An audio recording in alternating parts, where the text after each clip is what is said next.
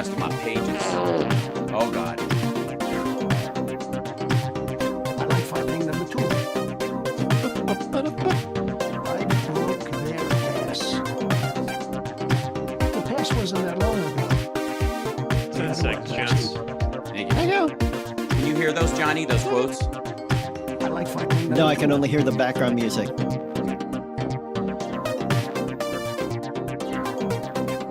Ladies and gentlemen, can I please have your attention? And I need all of you to stop what you're doing and listen.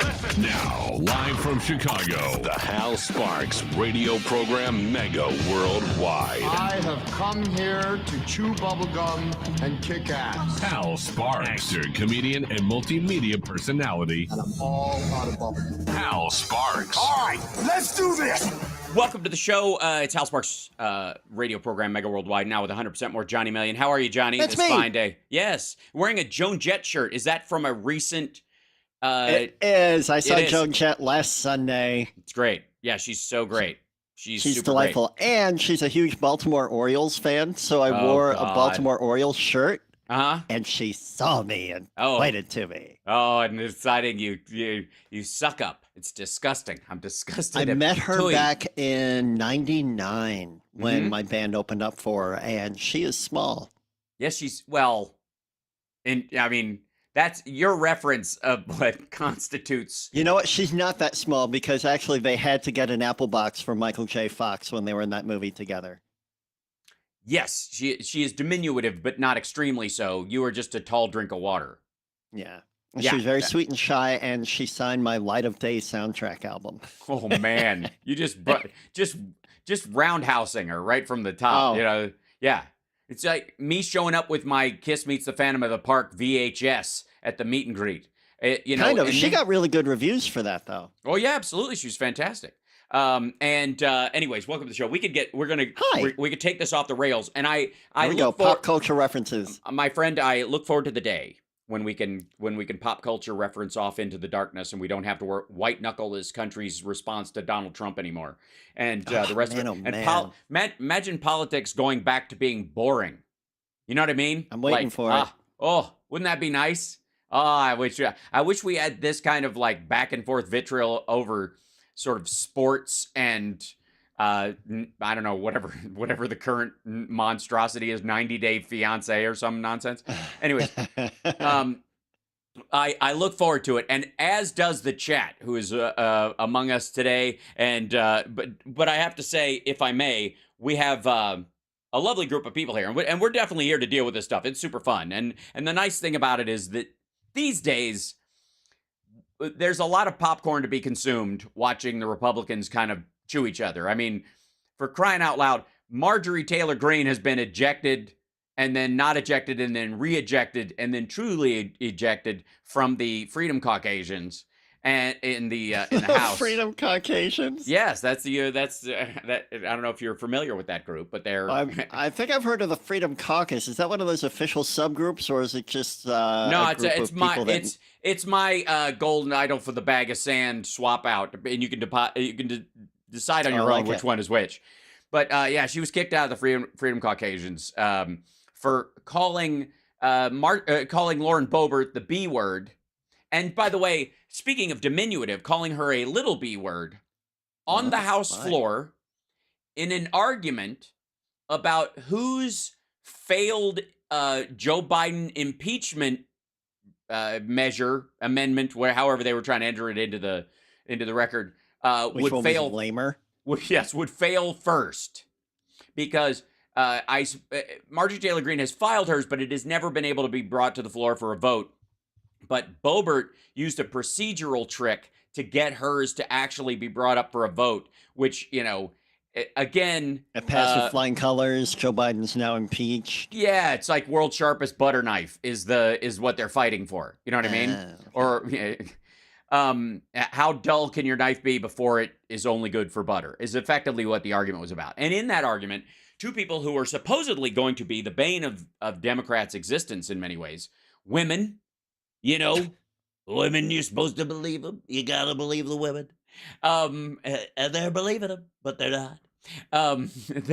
The idea that they were gonna, you know, sort of Sarah Palin their way, in a front against the Democratic Party. We've got women too, and you're gonna mock them for being dumb and tradcon and whatever, and they're traditional conservative women who till death do us part. Both of them recently divorced, both of them involving cheating, and then of course in line with those, I guess those traditional conservative values. Boebert's about to be a grandmother. Oh, Hal Vickery, thank you so much for duct tape to put over MTG's mouth. Oh my God. Hal Vickery, Lisa Mia Moore. Oh, lovely people. Thank you for your support. People. Yes, and that's the way the show stays on the air, by the way. So think about super chatting. Go to infotainmentwars.com and subscribe because we have crested over. And there is trickle down. There is. That's right. Well, no. I actually don't. We don't have whales. We don't have any trickle down in that regard. We have we're bottom up and middle out. That's the, it's a Biden economy over here at Hal Sparks Mega Worldwide. It really is. Ironically or not ironically enough, we'll figure that out later. But thank you guys for your support. And we will applaud you even more later. We've got Philip Bittner is going to join us in the second hour. Lots to talk about, not the least of which is, of course, the big news of cluster munitions being given by the U.S. to Ukraine. All the talk of them being about, oh dear God, they can wreck civilian areas and blah, as if there are any where they're going to be landing is another question. But the primary thing is that one of the other things cluster munitions are good for, and we'll talk about this with our dear friend Philip Bittner, is clearing minefields because they trigger cascading explosions. And if you have a bunch of mines, it will just set them off across a wide area, about 5 football fields. It will make them all blow up at once. And that's that, which I would say is the primary reason to use them on the front currently. Where, strategically aiming them at other places, maybe not, but for that purpose, cool. We will talk more about that. We'll talk more about how Prigozhin is apparently able to walk around Russia right now in a way that just kind of amazes everyone. The guy just did a coup, and he's traipsing all over the place. So who is actually in charge in that dump right now? It's kind of amazing. We'll get to that as well in the next hour. I mean, argue differently. Explain to me how Russia is in a dump right now. And also, for all the people commenting on my tank top, it's just very hot here. And yeah. You're distracting the masses, Hal. It happens. I don't know whether, and I told you this when we were coming in, I don't know whether it's a massive fail as a parent or a massive win. People have to describe, discuss it in the chat. That's how I'll fire up engagement. If your 12-year-old son quotes Con Air when he sees you in a tank top, put the bunny back in the box. Why didn't you put the bunny when he said it back in the box? Why didn't you put the bunny back in the box? We'll also talk a little bit about RFK Jr. Seemingly stealing more votes from Trump world than he ever is going to steal from the Democratic side of things. Kind of a bit of a backfire might be the fact that all of his media cheerleaders are from people who were calling themselves the intellectual dark web 3 years ago.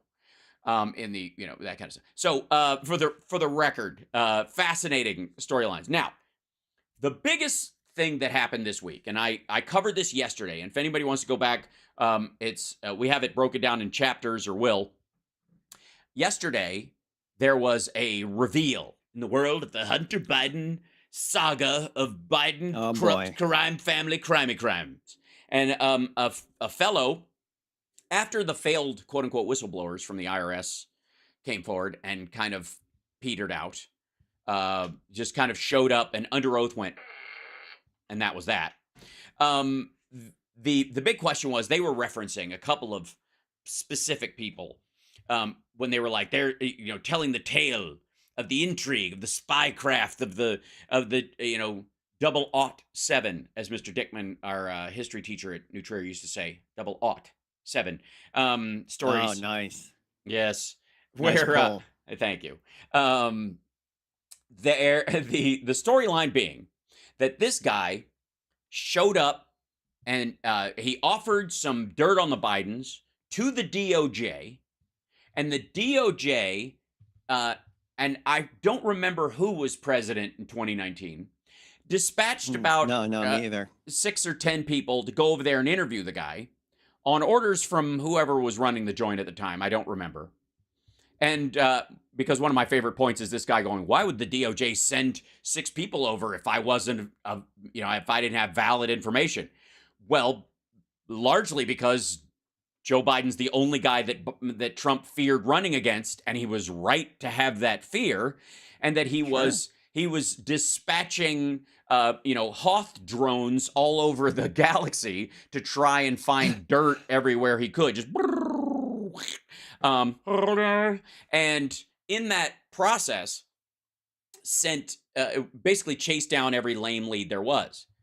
Now, why would they send all these people over there, and then somehow when he's like, I got all this dirt, I know the money they got from CEFC, the Chinese energy company that is tied to the Chinese military, and just the sheer fact that somebody who's in business with the Bidens got some money from a deal that didn't happen but might have from CEFC means that the Bidens are completely compromised, right? That's just being tacitly attached to it, 3 people away, just 6 degrees of Kevin Bacon makes you a potential spy for the Chinese. Why? Oh, why would they not take this guy seriously in that case? Well, it might be that guy worked as a senior advisor for CEFC for 4 years. So if somebody who is 3 tiers away from CEFC is a criminal and is crimey criminaling on behalf of the crimey criminals, if that person is if you can get a whiff of it on you, a guy who worked for them as a senior advisor for 4 years might be a little closer to the fire than they were comfortable with in that regard. Also, he's being charged with arms dealing on behalf of the Chinese government, dumping weapons in Kenya. But how's that Belt and Road Initiative going? So, really weird story. This guy sends a video after being, on the run, and he's the mystery witness. Sends a video to Miranda Devine, the woman who wrote the work of fiction on the Hunter Biden laptop story, and to the New York Post where she works. And this 14-minute video, which basically, he whines about being public enemy number 1 and explains why he will not be testifying under oath anytime soon, because he essentially made a break for it. He's on the run against international arms trade and FARA violations. Along with, by the way, he was arrested, or the arrest warrant was issued to him, and then he bugged off afterwards. The story's a little smoky, I got to say, around that. But he was in Cyprus when they came after him. He was, and he says that evidence that that there's no charges because why didn't they grab him while he was in Israel? As opposed to the idea that he was in Israel and then he found out they were coming for him and he tried to bug off to Cyprus because supposedly you're safe there if you're an international weapons trading, gun running, whatever. That's one of the places you go, actually. You go to Cyprus if you're trying to avoid that stuff. And it didn't quite work. So stack that on the questions. We got to take a break. Stack that on the pile of questions along with, if adrenochrome works, why does everyone who allegedly uses it look like crap? And if Donald Trump was the savior of child baby-eating cabal people or whatever, why were their children freed from catacombs under the White House after he was president, not when he started? There's so many questions, and I'm just asking them. That's all I'm doing. You think he'd go in there and clear the place out right away. Kids out of here. Yeah, what? Look at all these enslaved children hanging upside down, being drained of adrenochrome. I'll get right on that. I got some golf. I don't know what. We'll be back. I do everything Obama did except this. Except that part, which is like, hey, I like some of the furniture and the adrenochrome farm. Basement. Right, sure. That makes total sense. Johnny, thank you for being here. And all right, anyways, we'll be back right after this. It's the Hal Sparks radio program, Mega Worldwide. We'll be back before I swear is the thing. I'm almost this close.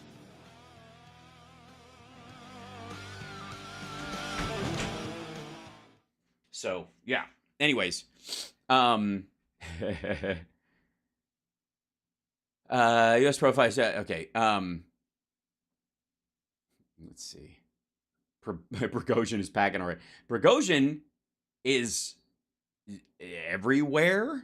It's super weird. I gotta say, Johnny Million, I don't get how this dude is allowed to just walk around. Does anybody? I saw someone in the chat. I couldn't tell if it was a trolley chat or not, but they said, "What's the difference between him walking around Russia and Trump walking around the U.S.? They both attempted a coup."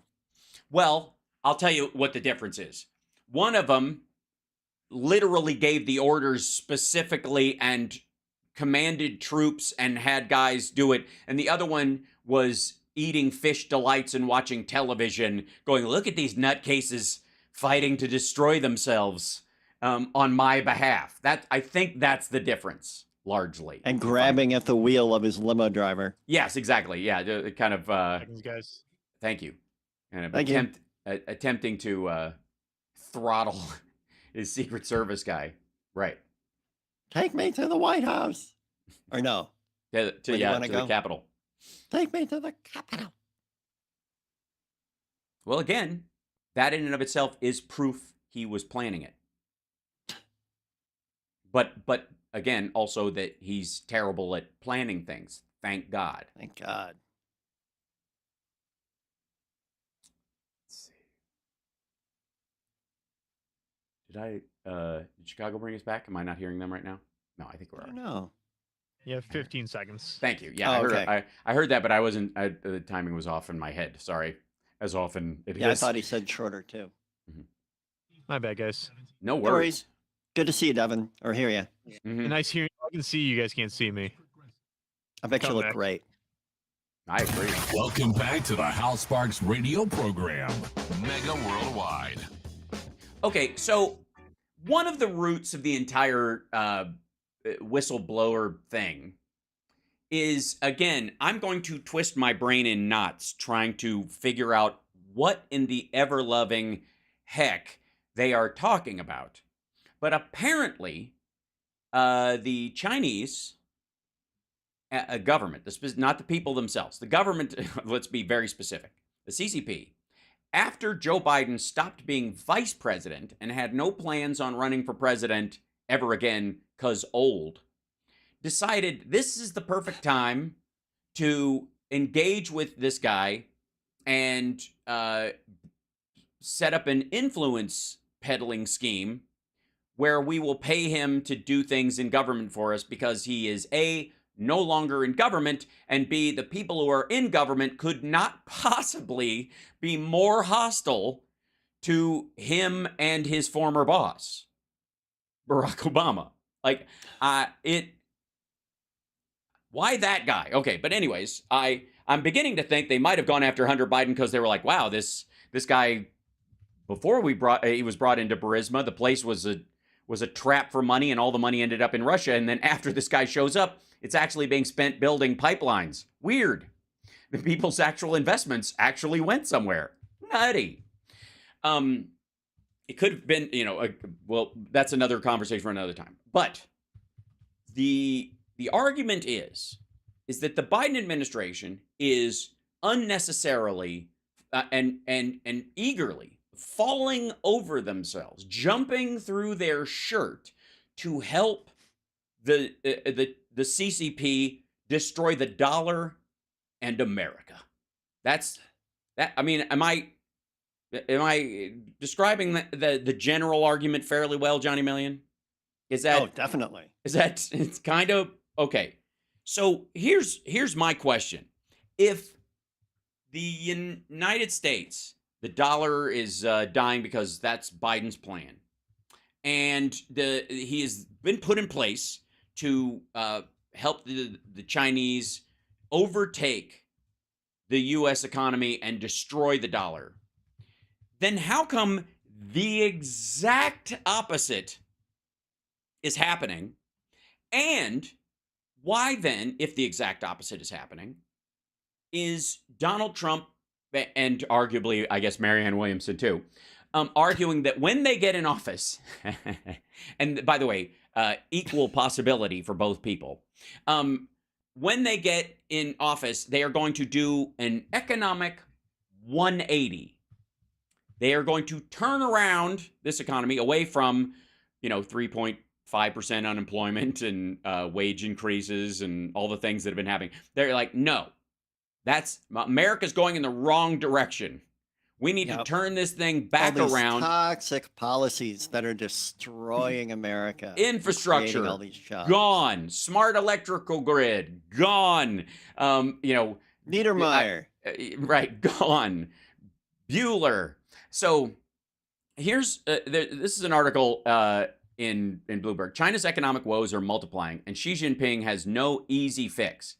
I would argue, as I have before, that there's not only no easy fix, there is no actual fix. There is no way that you fix this because all of the options are equally catastrophic to just letting your economy die. And it takes, you have to understand, some of this is stuff that Xi Jinping inherited when he came into office because I'm so bless sorry, you. Hal. No, I was waiting for it.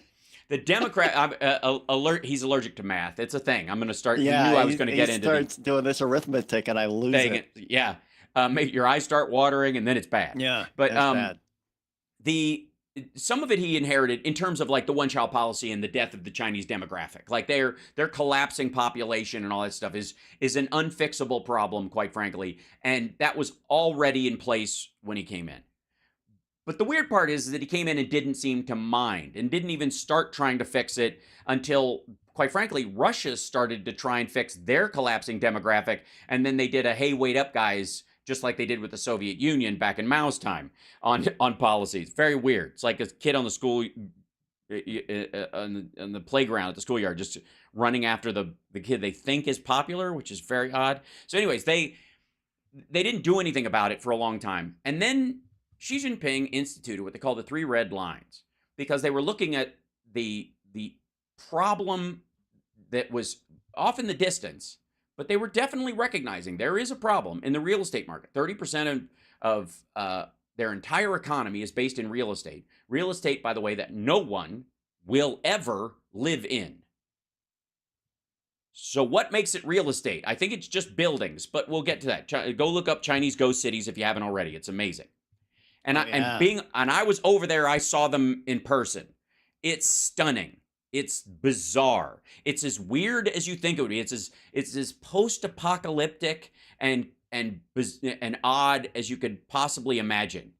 And I've walked around in them, and I've seen people squatting in like 9 of the apartments out of thousands in rows of buildings. It's just weird. And that's, they saw that problem coming and they're like, we need to curtail this. And part of it is because of debt. Most people in China cannot invest their money in anything but real estate. And so once that was a possibility, and even then you can't own the real estate, you can only lease it for 99 years, that kind of stuff. And it's still you're leasing it to the government and paying them for the right to not own the property. It's very curious. It's a mess. But in that process, people were like, okay, well, if I'm making any money at all, that's the only place I can invest it. So I'm just going to dump that there. And quickly, it became a third of their economy. And again, empty buildings. And then under Xi Jinping, they were worried about this. They were worried that married couples, especially, those are the ones with money, were dumping all their money into these, into these extra properties for their kids, by the way, that they arguably didn't have. And they needed to have, if they were a boy, if a boy wants to get married, he's got to have a house. So they're investing in these properties for the boy. So the Chinese government said, okay, married couples, individuals can invest in a bunch of stuff, but married couples can only have one property, which started a wave of divorces across the entire country and couples just staying together after they get divorced, and then they just stay together and pretend they're not married anymore so they can continue to throw good money after bad into these property things. And it didn't do anything to solve the problem. If anything, it made it worse because it drove some of the funding, the economic activity underground. They created sort of a secondary market of, of shells and payments through family members and all this stuff. Just nuts. Weirdest choice and most obvious blowback you could expect. Well, China is experiencing something right now that most countries aren't dealing with, which is deflation. And that while we're dealing with possible rate hikes by the Fed and all that kind of stuff because our economy is sort of balanced against reality, meaning output and supply and demand and all that kind of stuff instead of a pretty rock like it used to be. The Chinese government dictates what the money is worth every Monday. And then they change it every Tuesday, Wednesday, Thursday, Friday. And they basically say, hey, today this is the trade point, whether it's worth it or not. Which is fine inside your own country. But if you're BSing the rest of the world, they start to, after a while, after the obvious investment potential for quote unquote a billion people starts to dry up, they start to question whether their money is safe. And the exit of funds from China has hit the highest ever. It is absolutely catastrophic. And yet, the story from the Republicans is Joe Biden is a Chinese missile pointed at the heart of the Constitution, and you can prove it by how well China is doing. They're going to eat our lunch. And maybe 8 years ago you could have believed this, but now, and I've been screaming about it from the rooftops for years now, but people are finally coming around to the fact. And I've been screaming, "Get down from there, Hal." That's true. You have. I appreciate it.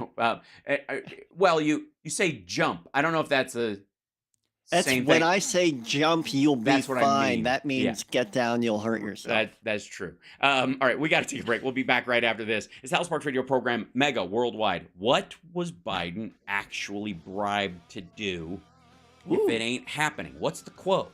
Nobody can tell me.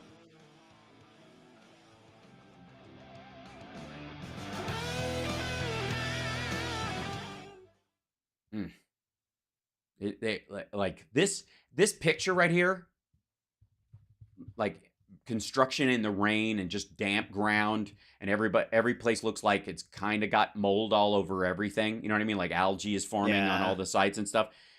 This sums up 80% of my travels in China, and none of the stuff we filmed when we were there. That was so weird. Such weird timing for your big China trip. Yeah. Well, by the way, it wasn't an accident. I would argue that the company that did this, which was supposed to be an outside 60 company, seconds, guys. Thank you. Thank you. An outside China company that was just like, people who were positive on China, who funded it, the Phoenix TV folks, are absolutely an arm of the CCP. Like they were sold to us like they're just Chinese expats hoping to build tourism in their country. No, the more time I spent there, the more I was like, get out of here. So no, it was not an accident at all. As a matter of fact, it was like going to North Korea with all the facades and everything. Yes, and they call them white monkey jobs. They literally do. White monkey jobs? Yeah. Are you the white monkey? Yes, I would be the white monkey. They bring white monkeys over. Aw. Yeah. It's kind of a nice pet name, though, if you say it right. No. The white monkey. Nope. Who's my white monkey? Not at all. Not even close. Yeah. Okay, now you guys have 1 minute. Telling time is hard. Yeah, that's okay. Time is so hard. I thought it was us. He got all distracted with my white monkey cooing. Yeah. So this I still find funny though. In Bloomberg, they still say $18 trillion economy. If China's economy is over $7 trillion, I will be amazed. Because it ain't. It just is not. It's not even close. It's the same size as Japan. It might even be smaller. It's nuts. Yeah. It's just goofy. Home price, remember what we were hearing about homes in America and like home prices jumping and oh my God, how are people going to deal with a 5% increase in 10 interest seconds. rates? Thank you. Thank you. home prices have collapsed 30% in 2021, and after these people had poured all their life savings in. You're locked into the Hal Sparks radio program, Mega Worldwide. I've been asking, I have been hunting and gathering, as it were, all over the place, trying to figure out what in the world China is getting in return for their massive Biden bribes. I can't find it. And I hope in the chat room we have some folks, maybe some trolls that are out there who can explain it. The only thing that James Comer was able to come up with this week is that the Biden administration changed the name of the China Initiative, but kept the policy. So the China Initiative was something that Trump did when they were dealing with possible intellectual property theft from labs at universities and that kind of stuff. And the U.S. government has been pushing back on this stuff because, quite frankly, lawsuits and the legal protections afforded to these labs and to these schools and all this stuff they get mad when their stuff is stolen. They get very upset. And so they're always pressuring the government, no matter who the administration is. They don't care. They don't just go, Trump's in charge, so I don't care if they steal my stuff. It doesn't work that way. And they certainly don't feel that way under Biden or Obama or George W. Bush. And all that's really happening is that people are getting more aware of it. Over time, they got more aware that this was sort of a trap. And so that really hit a head during the Trump administration, but right about the time he was trying to make his deal with them, his trade deal. So they were kind of whispers about it and the like, and there was this tit for tat. And during the trade issue, he was like, "Well, you can't steal our stuff, so we'll call it the China Initiative, like it's the China Syndrome or something like that." They're specifically tacking this on, and a lot of folks pointed out that it was the CCP and their operatives, not just Chinese students in general, and it's a little racist to just blame the people, as it were. And the Biden administration agreed and just didn't call it that because that was the problem. And just went, if somebody's stealing stuff, we don't care where they're from. They can't steal intellectual property from the United States, and we will go after you.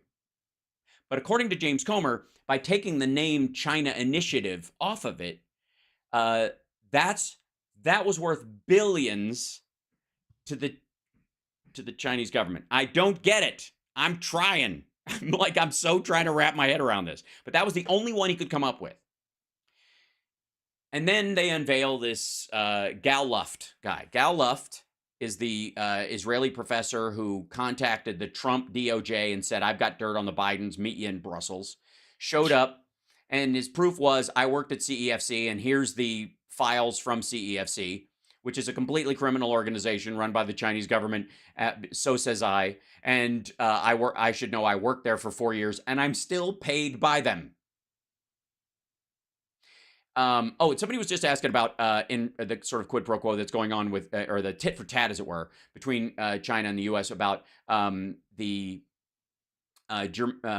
it germanium and somebody? Well, I'll scroll back to this, but and gallium. These two elements that we use, these metals that we use to make a lot of stuff.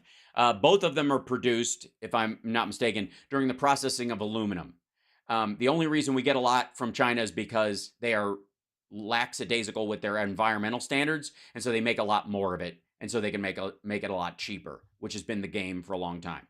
If you factor in the cost of losing all your intellectual property, it's actually more expensive. Hey, so we actually can get it from our own sites. There are aluminum plants in the United States, not just the one put there by Mitch McConnell with his deal with Russia a long time ago, but we have other plants where they produce it as well. We'll be fine.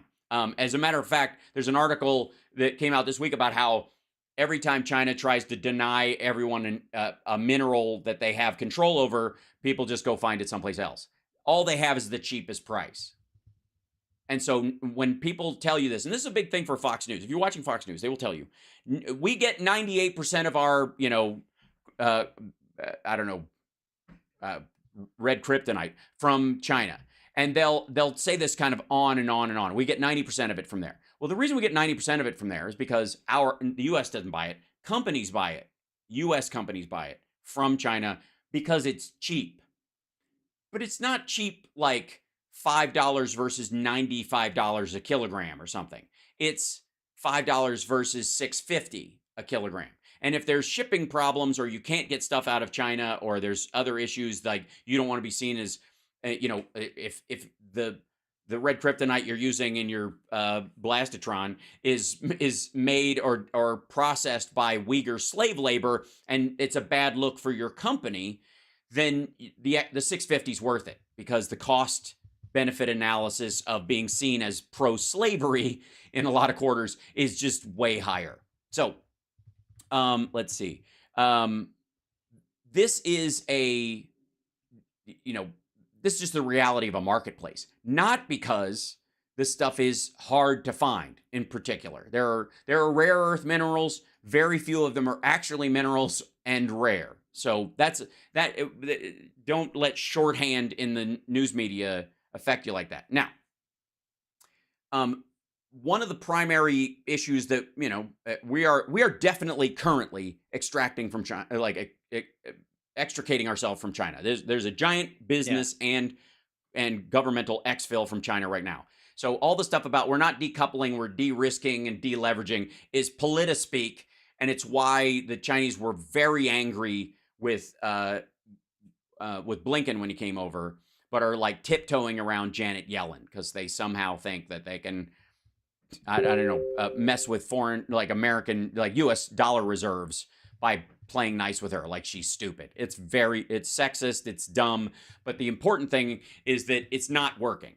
The United States currently, and there is, I will tell you, there is genuinely nothing that the Biden administration could do to stop this process long term.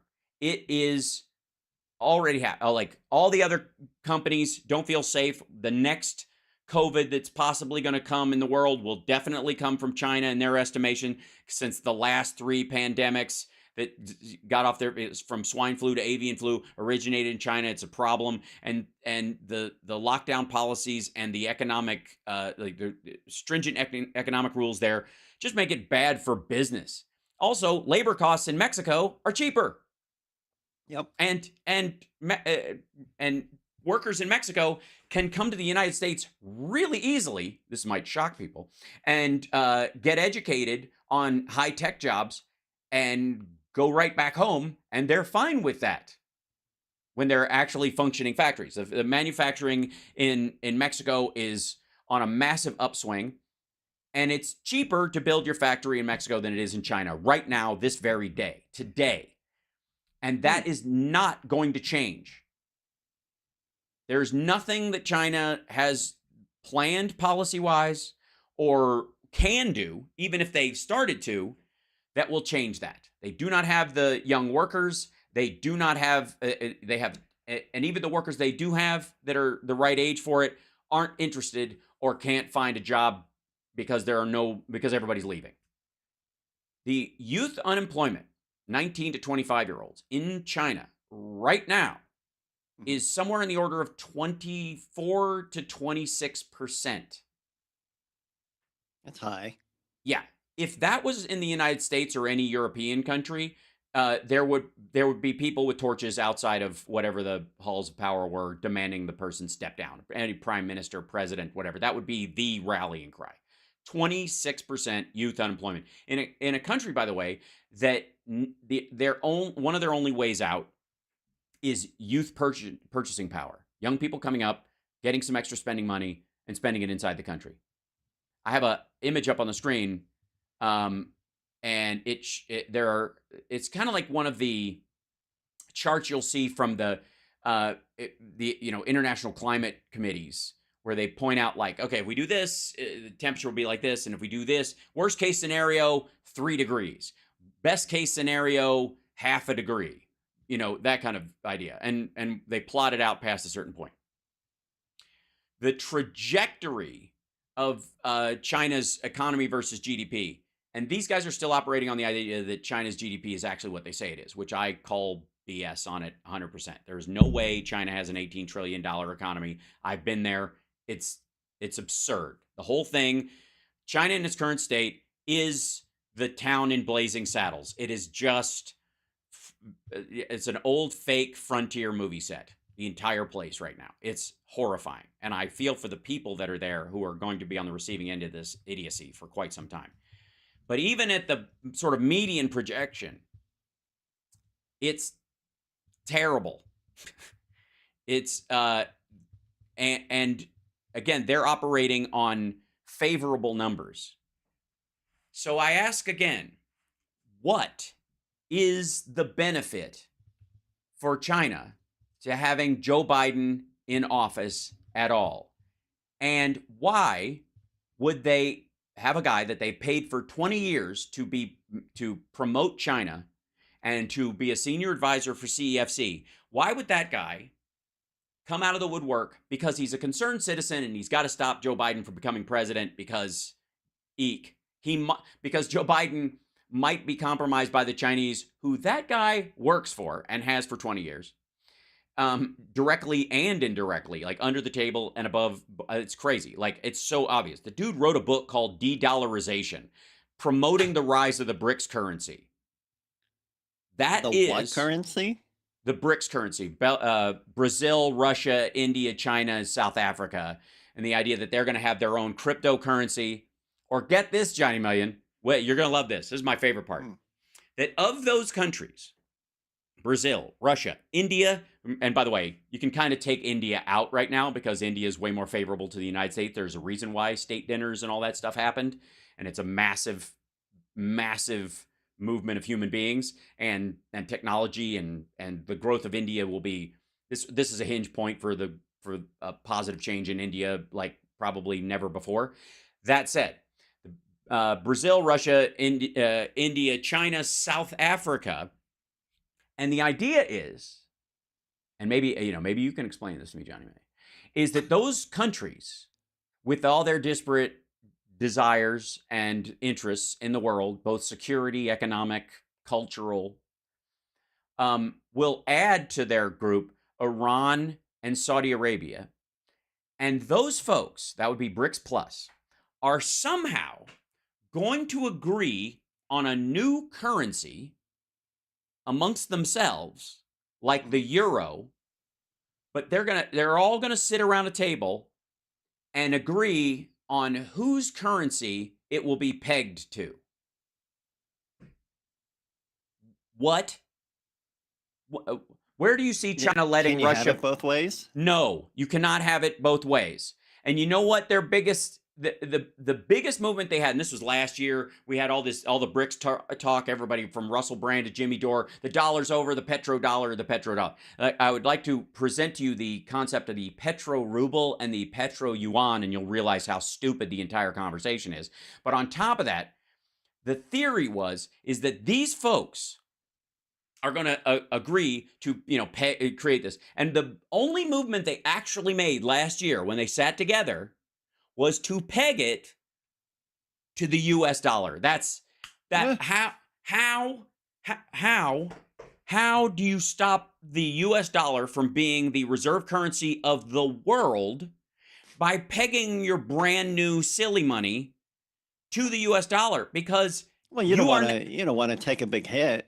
Well, you're now responsible for keeping the dollar strong. Because if the dollar weakens, so does your monopoly money. Again, there are a bunch of folks somehow that felt like arguing this in stuff that, papers that are normally kind of, I guess, have a sober take on this stuff. That was just, it's absurd. It's so idiotic. It boggled the mind. We got to take another break, and we're going to check in with the chat. And thank you guys for your support. Patreon.com/HalSparks. I think I'm the only person who dove into the Gall Luft video on the scale that I did. 2 hours plus, breaking down who this guy is and what he's been selling for years. And the fact that he is anti-dollar and pro-BRICS magic money and has been arguing for China's ascension and that America's time is done and that democracies are crap, that's the guy. That is who the Republicans have hinged their entire Biden crime family case on. And I don't know. I just find that mind-boggling. There will not be enough popcorn for 2023. I've said it. I'll say it again. We'll be back. We'll be back.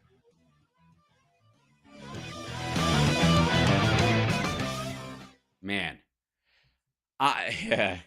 it's it is some of the stupidest. Like, you know how I always say like 2012 became a comedy. In January 2013.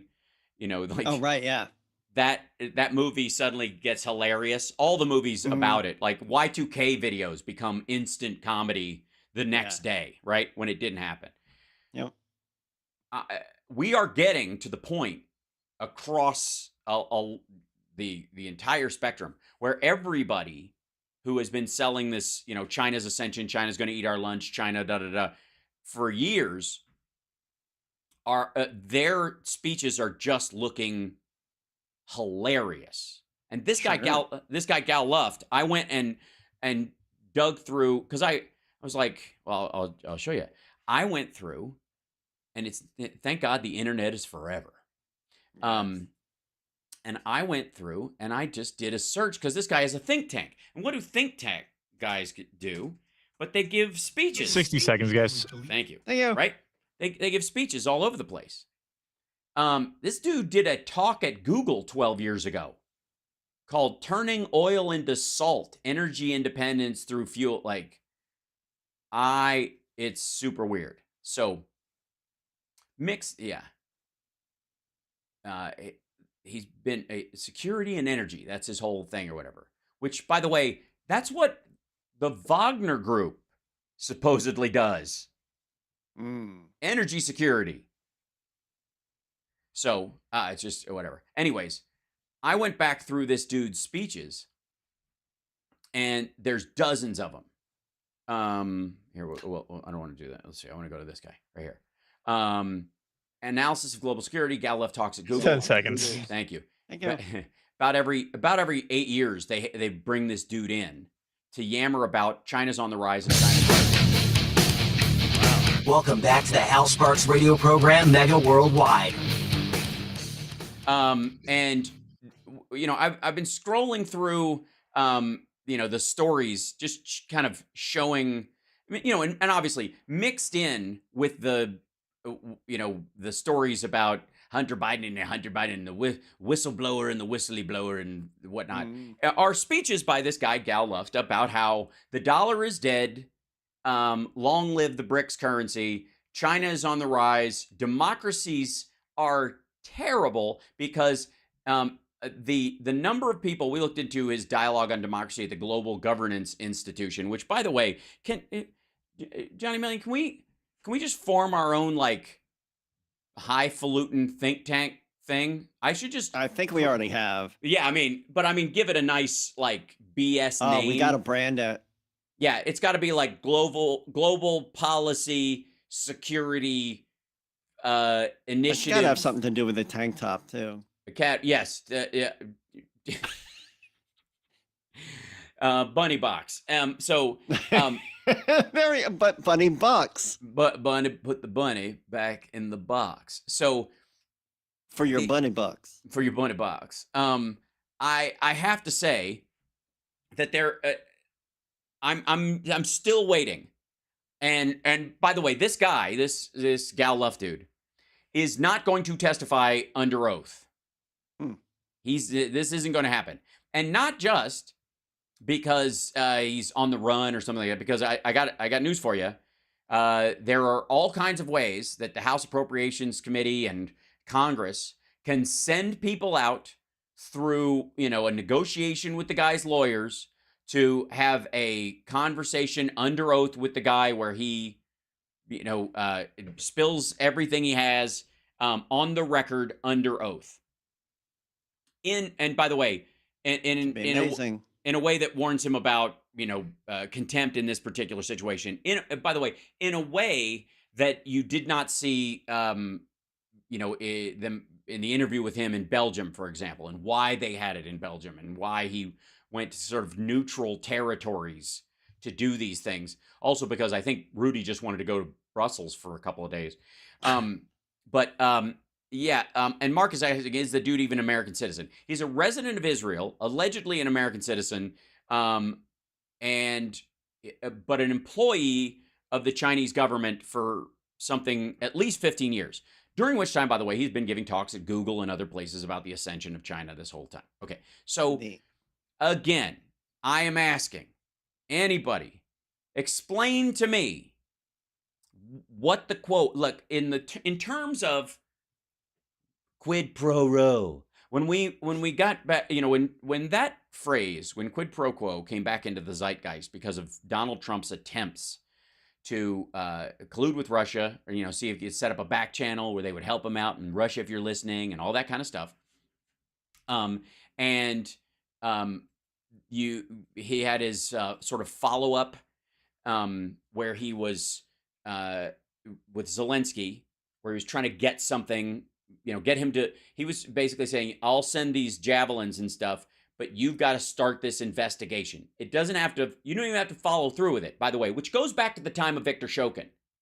Because the whole point of Viktor Shokin was, and this is the part where they're like, this guy was investigating Burisma. Right, but he stalled it. He stopped it. It was sitting there. It wasn't moving forward. They weren't going after Zlotchevsky or whatever, the guy who ran Burisma. They just let it happen. He wasn't going after anybody. He would just kind of write up the paper and stick it on a shelf, and that was that. The problem was they weren't following through on going after corruption. The new guy did. So, same thing in this particular instance, but with the Zelensky call, Trump says, "I'll send these things," which Congress had already allotted, had already voted on. He'd already signed the appropriations bill to send the stuff, so he had no right to hold it back. But because it was an act of Congress, he was artificially interfering with. It was not a discretionary bill or a discretionary funds that bought these weapons to send to them. But the quo was, and the quid pro quo was, you do this investigation for me, I'll give you the weapons. And the delay of the weapons themselves, in and of itself, was actually a benefit to Russia. But and he tried to hold on to it as long as he possibly could, literally up to the point where the next day they were going to they would have to vote on it again. It would become a big story. So he literally, it was right down to the wire. But the expectation was, and people were in the State Department even were in contact, didn't know what Trump was doing, didn't know about the phone call at that time, and said, the stuff's on its way, don't worry about it. So at that point, Zelensky didn't really have a fear that it wasn't going to arrive, and this weird conversation with the president and him sending Rudy Giuliani over to strong-arm him, it didn't seem to pressure him. And he was looking at the polls, and it was obvious that Trump was on his heels, but he had to be verbally nice with this guy because he's a lunatic and an egomaniac. And so if he doesn't, if Trump managed to pull it out in the election, you can't be on his bad side, all that stuff. So that was a quid pro quo. Really clear. I'll give you these weapons, which I don't have the right to hold back, but I think you don't know that. And I'll send Rudy over with direct instructions. And in return, you will start this investigation into Joe Biden, my political opponent, right before the election, and you'll announce it. You'll have you'll go to a podium with your prosecutor and say, we're still looking into this, because we think there's a there. I want another Comey moment. That was the thing that put me over the top. I need another Hillary Clinton email. There might be more to this kind of thing, and everything's a reboot. So do this. That was the quid pro quo. That's pretty darn clear. What's the quo around the Bidens? What is it? Because if it's just money for money, then this sounds like business deals with former politicians, in which case you're going to have to talk to everybody. And you should start with Jared Kushner and Ivanka Trump. Two people who made $2 billion deals and have basically left the country, insofar as I know. I don't, they've been back in the country twice in the last year or something like that. They're gone. They packed up. They're running this whole thing from someplace else, and they're letting Dad and the brothers burn it down at home. But so far, the biggest problem Republicans have, and this is why Comer is being pushed to the front and Jim Jordan has backed off because they don't mind if he makes an ass out of himself, is because there's no quo they can point to. There isn't one. But in every case, in all of Trump's cases, there's a massive, obvious quid pro quo, transactional, from by nature. It's in his blood. It's in his, it's in his personality. He thinks he's doing business. Right. His self-image is predicated on quid pro quo. He couldn't even do it if somebody was going to give him the favor. If he'd want to turn it into something.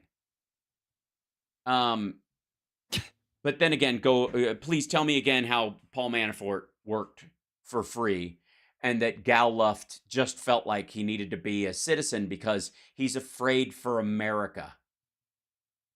Because he just can't hold back anymore. I can't either. We got to take a break. When we come back, Philip Bittner will be joining us from Ukraine. I have a lot of questions for him. So does our chat. Chat room, get your questions ready. Send them over to Johnny Million, and we will we'll ask him. And I mean, there's a lot going on there. So we'll be back.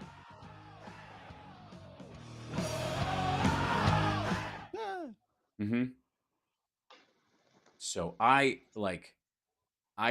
it's so. I feel like I'm banging my head against the wall, and in some ways, it feels like I'm just floating, these like rhetorical questions. But genuine, Mercy, was that you or is that me? No, that was Phil. Oh. That was me coughing. Oh, gotcha. Okay, cool. I was really. That's his weird. check 1 2. It is. It's nice. So, Phil, did you wear your tank top today? Was I supposed to? Yeah. You're not. You're not wearing one.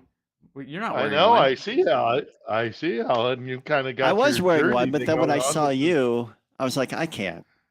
Well, I can go get one. I'm not gonna. Right. I'm not gonna, but I could. You guys are so weird. All right, How's the hold on a audio? second. I'm Bring on it. my It's- little. We are not You're weird. great. You sound good. You are weird. You're very weird. Mm-hmm. Then you are too, buddy.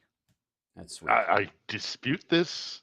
Not at all. I dispute it. Not What at all. kind of idiot comes to an active war zone of his own volition, his own pay, out An of his own adorable one pocket? that refuses to wear a Touche. tank Oh, You're nobody not. wants to see Wait a me in minute. it. You're Nobody not wearing, wants to see me in a tank top. And by the way, and Johnny, Nobody you're not, wants to see me in a You're not wearing one. We're not even on the radio right now. I might This want to is see that, radio, Philip. Yeah. See. Thank No, you, Devin. no, you We're I gonna- really we're know gonna- Chicago. There's going to be a. Look, this is a wrong time to spring it on you, but we're doing a calendar.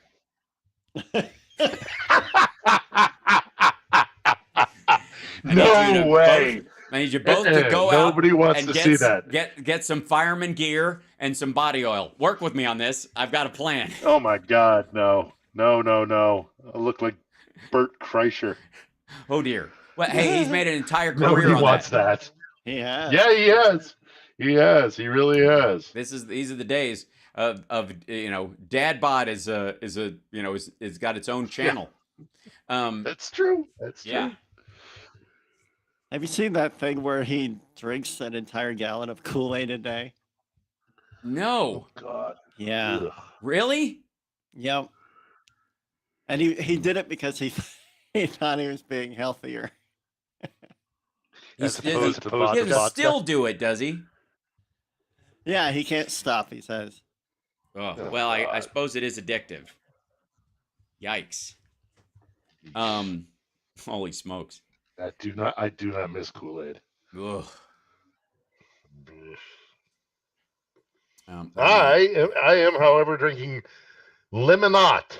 This is Limonade. grapefruit limonade. This is grapefruit limonade, which is basically, in essence, just 7-Up with, It's like squirt. flavoring. It's squirt. Yeah, or like Shasta, if you remember yeah. Shasta. Oh, it's Shasta and Fanta are very big in the Middle East. Or no, I hear. not Shanta.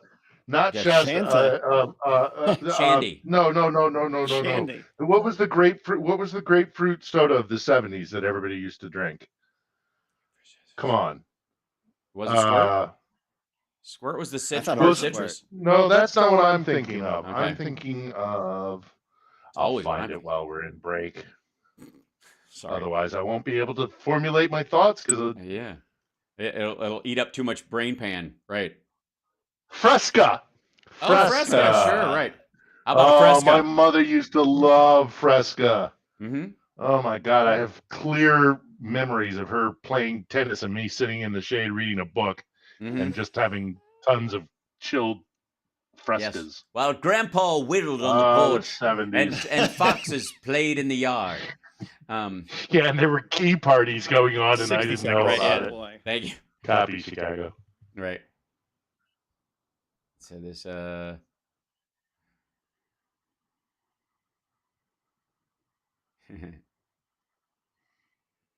right, we're coming back. I'm fine.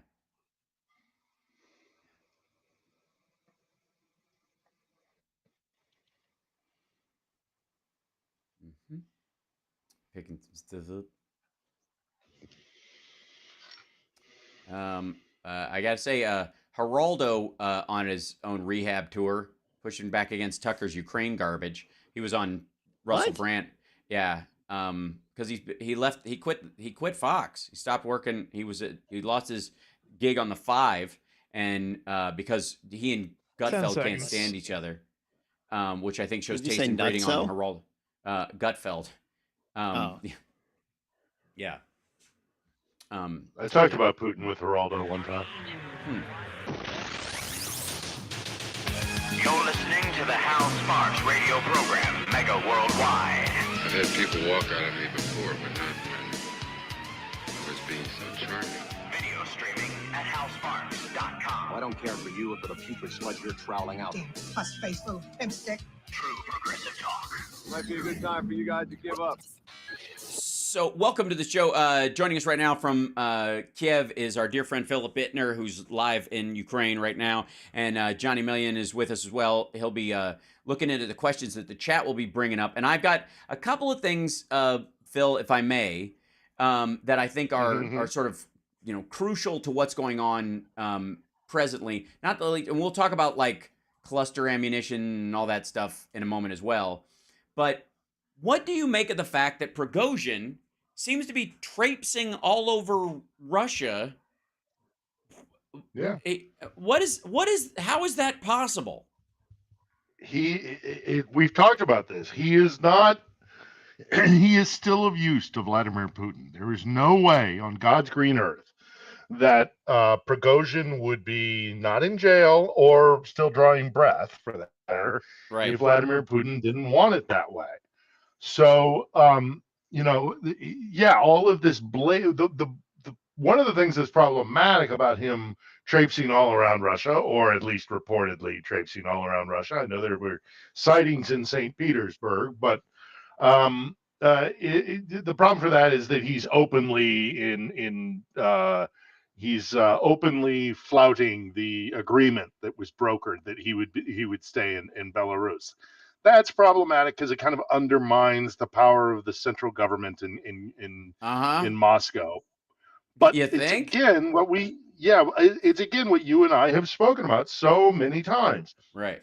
He is a weapon that Putin is going to use in the coming tension and the storm that is coming, the battles that are going to come internally within the power structure in Moscow, because when they lose this war, it's going to be a shattering blow to the power elite in Moscow, and indeed to Russians' sense of identity and self. I like the he's there. He's there for a reason, Hal. Yeah, how does it not to the rest of the world? How to the rest of the world? How does it not look like you just you caught the Unabomber and then you just said you filled his gas tank and let him drive away? How is it that you arrest Timothy McVeigh And you Right. know, because I mean, it's an apt descriptive, and you just It go, is. It's not a one-to-one analogy, but I get what you're saying with that. The difference is that in this case, you would be you wouldn't be letting him free, Timothy McVeigh. You would be going, hey, that van you got packed with explosives. We'll just put that in play and let everybody else shake in their boots because they don't know where that van is eventually going to be parked up maybe in front of their building, that sort of thing. He has appropriated the mad dog version of Prigozhin that he's going to, I believe strongly that he's going to capitalize on Prigozhin and use him against the other power structures within Moscow that might be coming at him. So, they're all going to start fighting one another. I agree with your assessment. I'm just amazed at the ham-handed BSery of the whole thing. It is just I like what you get. The return on investment in that kind of behavior or that kind of play seems so weak by comparison, especially if you're on the back foot and other people are like, we might have to knock this guy off and take his job. And the only thing you're going is the guy that tried to kill me or was planning on killing me. I might sick him on you because he follows orders so well. Like it's. And again, Lukashenko. Well, he never really said he was coming for Putin. There was a couple of kind of tomorrow. He said there was going to be a new leadership. He said there was going to be new leadership. Right. Which is, yes, obviously, but by and large, he doesn't attack Putin. And he can walk that back. That one statement he can walk back. Yeah. And the relationship. It's tough, guy. It's locker room talk. It's, you know what I mean? It's locker room talk. Or it's like, I'm saying this because I'm warning Putin that there's going to be new leadership if he doesn't clean house. I was the best intentions, boss. I only said that because I was trying to warn you, sort of thing. I mean, that's just one scenario where he can walk back that statement. But by and large, he has attacked everybody on the strata below Putin because the Tsar cannot be held responsible. It's really important that the center of gravity holds, and so it can't be if the Tsar only knew. Right? Is the historical reference that Russians have said for centuries. It's that it can't be the guy in charge because he is the great leader. He is in the Tsarist times. He was given power by God directly. In Soviet times, it was because it was the great. Yeah, I get. Yes, I understand how, but there's got to be a limit on how well that works. The same thing is happening of like the mandate from heaven, which is what Xi Jinping operates on. And they used to be that if you had two kind of major calamities, the idea was that the public would turn on the emperor, and then later the leader of the Communist Party because he no longer had the mandate of heaven. Well, there's been like 6 now. And Xi Jinping's not buying into that. I mean, he's thrown all of Chinese culture in the dustbin of history, including that part especially.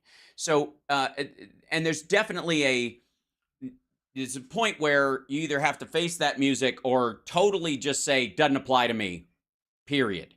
And like, I've only seen like Lukashenko's speech that he gave this week, where he came out and basically said the Wagner guys found no resistance anywhere, which in and of itself is, again, in the age of Trump, everything that used to run this is another problem that Putin does have with Prigozhin, and that is that he has a lot of popularity. I mean, if you watched all the monitors coming out of media, Russian media, even they are debating amongst themselves whether or not, he got a raw deal, whether or not he's a hero, or whether or not he's a villain, or whether he's a crook, or there's all sorts of. You see the fracturing happening within Moscow because all media is state-run media, so. That stuff isn't going on the air, without vetting. So, there's clearly divides that are, and this this again plays into what I think is happening or is going to imminently happen, and that is that these cracks are going to get wider, they're going to get more pronounced, they're going to be more visible, there will be tensions between the various powers, the technocrats, the oligarchs, the intelligence services, the armed forces, all of these different groups are going to start, you know, kind of squaring off. Now, whether or not that, now they might still pay allegiance to Putin, but it's gonna get nutty. Right. And Russians aren't going to like it because they don't like the chaos. They don't want to return to the 90s when this kind of stuff was happening all the time. Right. There were disparate groups all over during the 90s, and it was because Yeltsin was such a weak leader. Well, now Putin is kind of, well, not kind of. He is a weak, he's a damaged leader. Let's say that. He's not weak yet, but he is wounded.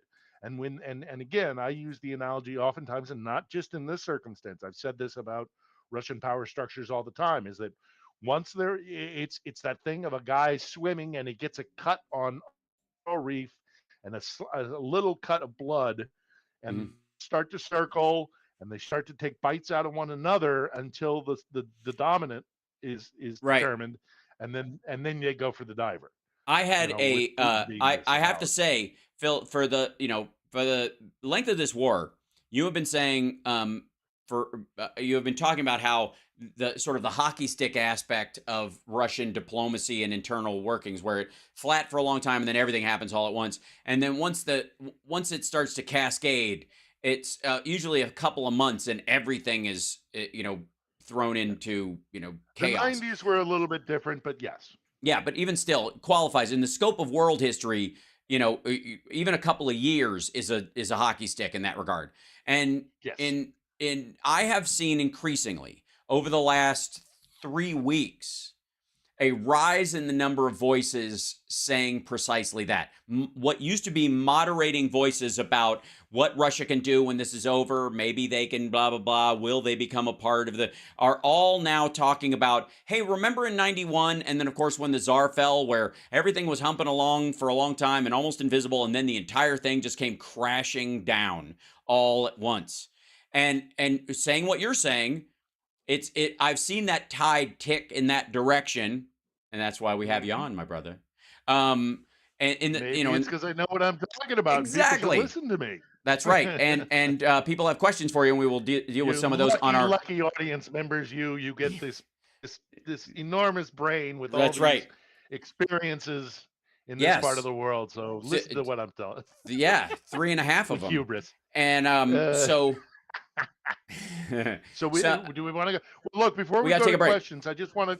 Oh, we got to go to a break? Yeah, we got to take a break. We'll do the questions on the other side as well. So get your questions to Johnny Million, and we'll be back right after this. Don't forget, twitch.tv/It's Johnny Million. You should subscribe. He's the only person who ever raids me. It's so sweet. So sweet.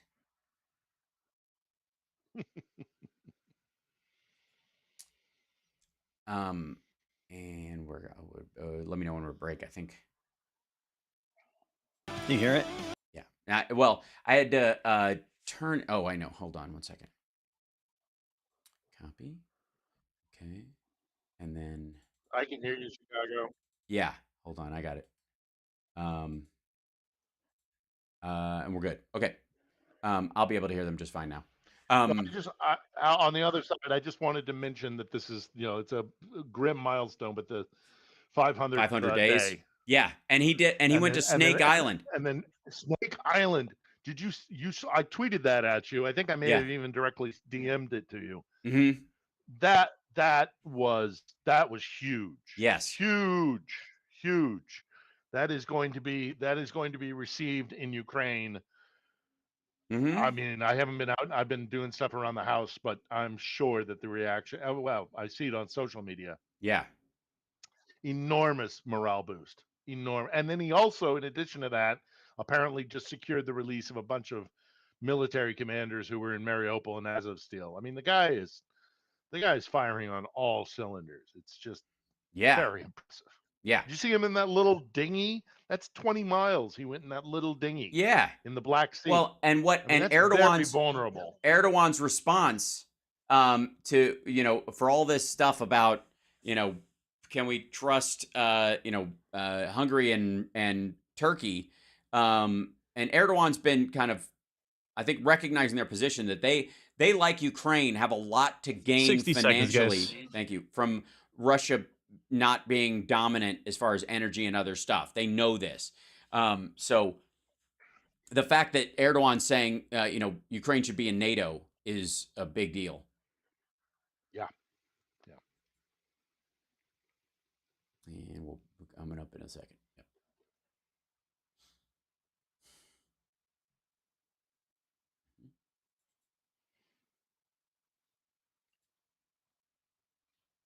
Coming back. And hi, chat room. Thank you guys so much. Can we, let's see. I can't see the. Can you hear that fan? No. Okay, good. Somebody outside your door clapping? 10 It's seconds, stuffy. everybody. It's Johnny summer in Million. town. Thank you. Johnny Million.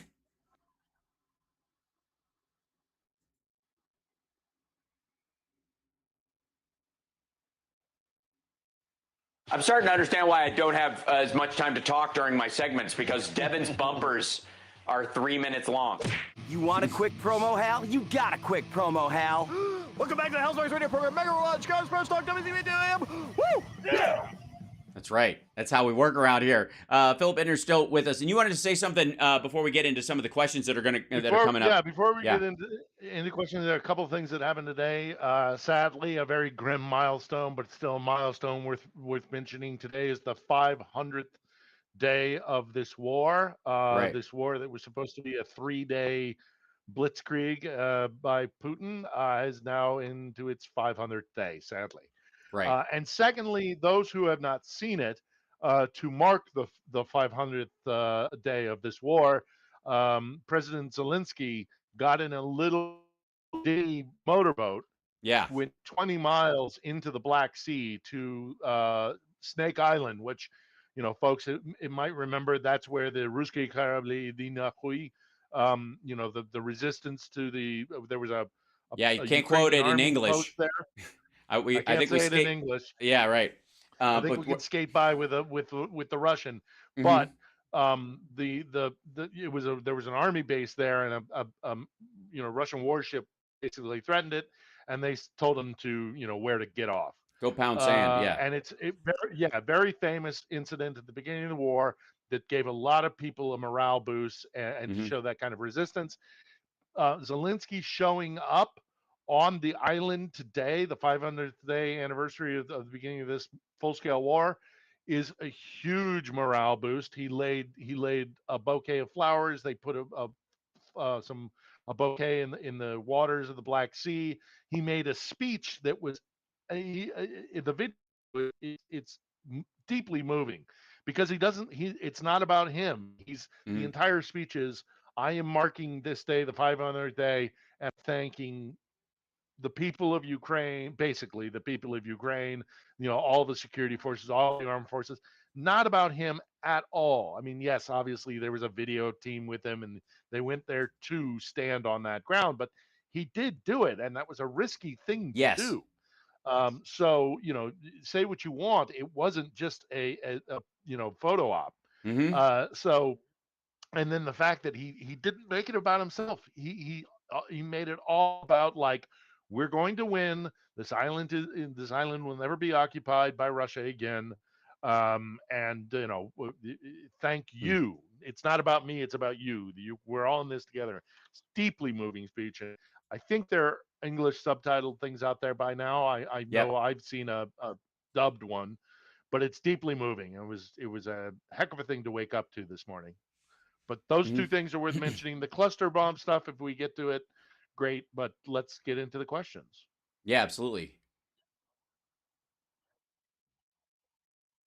Plans for the summer, and what do the local kids in Ukraine have to look forward to? My plan for the summer is to stay here and keep my eyes glued and try on the situation here and try my very best to keep Ukraine in the front pages and in the thoughts of people back home and around the world. So that's my intention for the summer. Kids, I mean, kids are kids.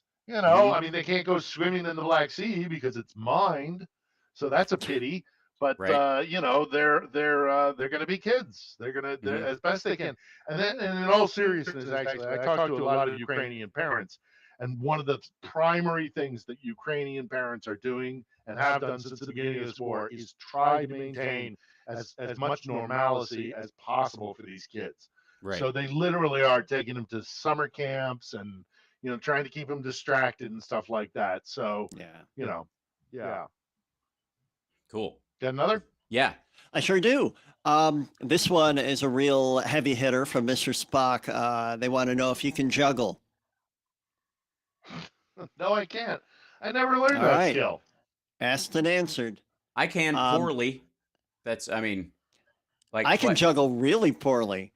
Oh, I can nice. throw 3 things in the air and watch them fall. Sure. Okay. So this is a question from Jay Fernston. Do you think that Wagner 2.0 is currently in development? I mean, maybe. Yeah, sure. I mean, a Wagner without Prigozhin, maybe. A Wagner that is, more integrated with the Ministry of Defense. That's also possible. I mean, I saw my buddy over at the BBC, Steve Rosenberg, did a whole report about a camp that has been built in Belarus that can house 5,000 soldiers. So, is that Prigozhin's Praetorian Guard so that he can't get arrested? I don't know. But we'll have to wait and see. I mean, a lot of those guys are going to be snatched up by the military proper as it is right now. A lot of this depends on what Prigozhin does, and where Prigozhin goes, his Wagner Group will follow because he has a very fanatical following within. So we shall see. I think there's a distinct possibility that there'll be a 2.0. How different it'll be from the original, we'll have to wait and see. Right. Awesome. All right, I've got a question from Tammy. Has the dip in Putin's political testosterone slowed the outflux of military-age men from Russia? Well, they were just snatching up construction guys this week. Well, okay. So has his weakness resulted in? Say that again. Fewer Has people it leaving. slowed people leaving of military age from Russia? I would be surprised if that was the case. I think everybody who wanted to get out has already gotten out. All the people who could afford to get out have already gotten out. They've clamped down on men of fighting age, which is increasingly being bumped up. I think it's in its 50s now. They can't. They have it now so that they don't have to present you with their conscription papers, which used to be a thing where you had to physically go and give them conscription papers. Now they can just send it to you in an SMS, and once you have that, you can't leave the country.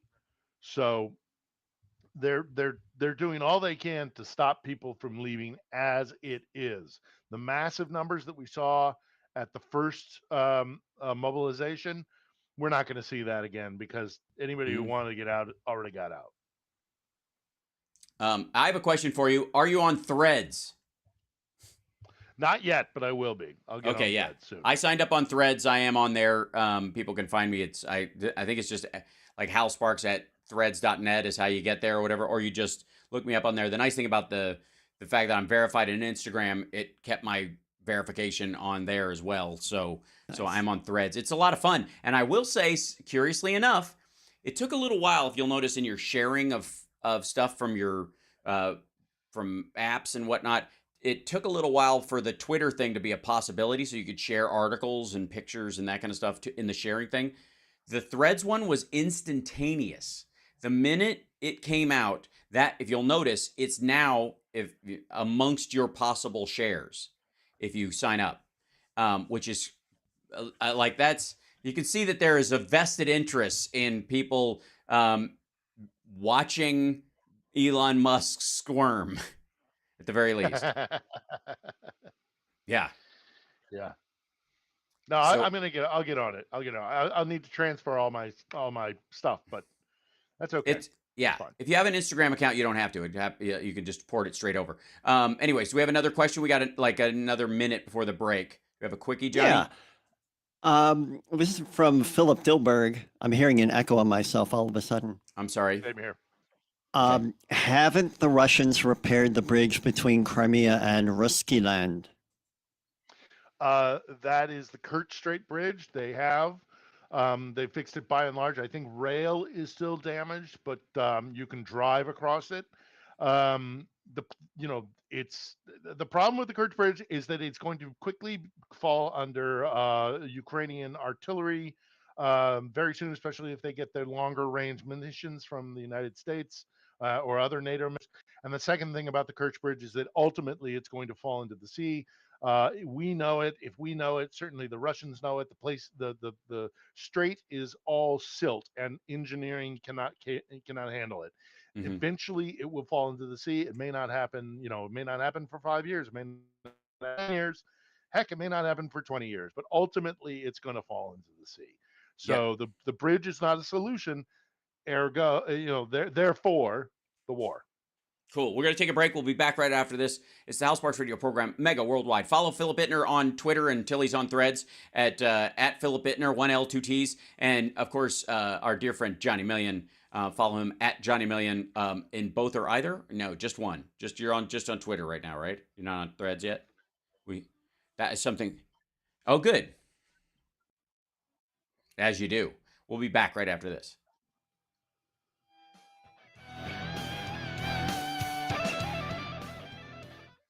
Mm-hmm.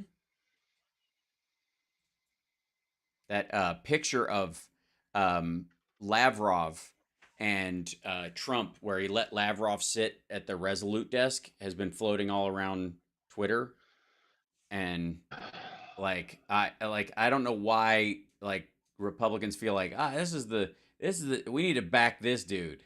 This is a great idea. It's I mean, when that incident, when that happened, was so disturbing to me. Yeah. The fact that it was Lavrov and the ambassador, the Russian ambassador, if I'm remembering correctly. Yeah. And then they didn't even have the White House photographer, and they used an Itar Tass Mm-hmm. or Interfax. Yeah, it was Russians were the only ones documenting anything. Yep. And there's this new story that just came out about Trump. He banned his aides around him from taking notes. He only wants people with the best memory. So good. But he literally doesn't want them writing anything down because he knows there's so much crime going on. Yeah. So goofy. I hope 50 seconds. Someday the truth will out, I hope. Oh, yeah. And this is...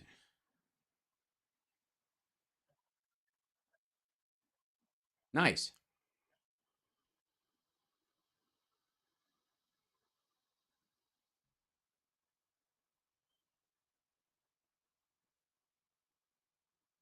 Mm-hmm.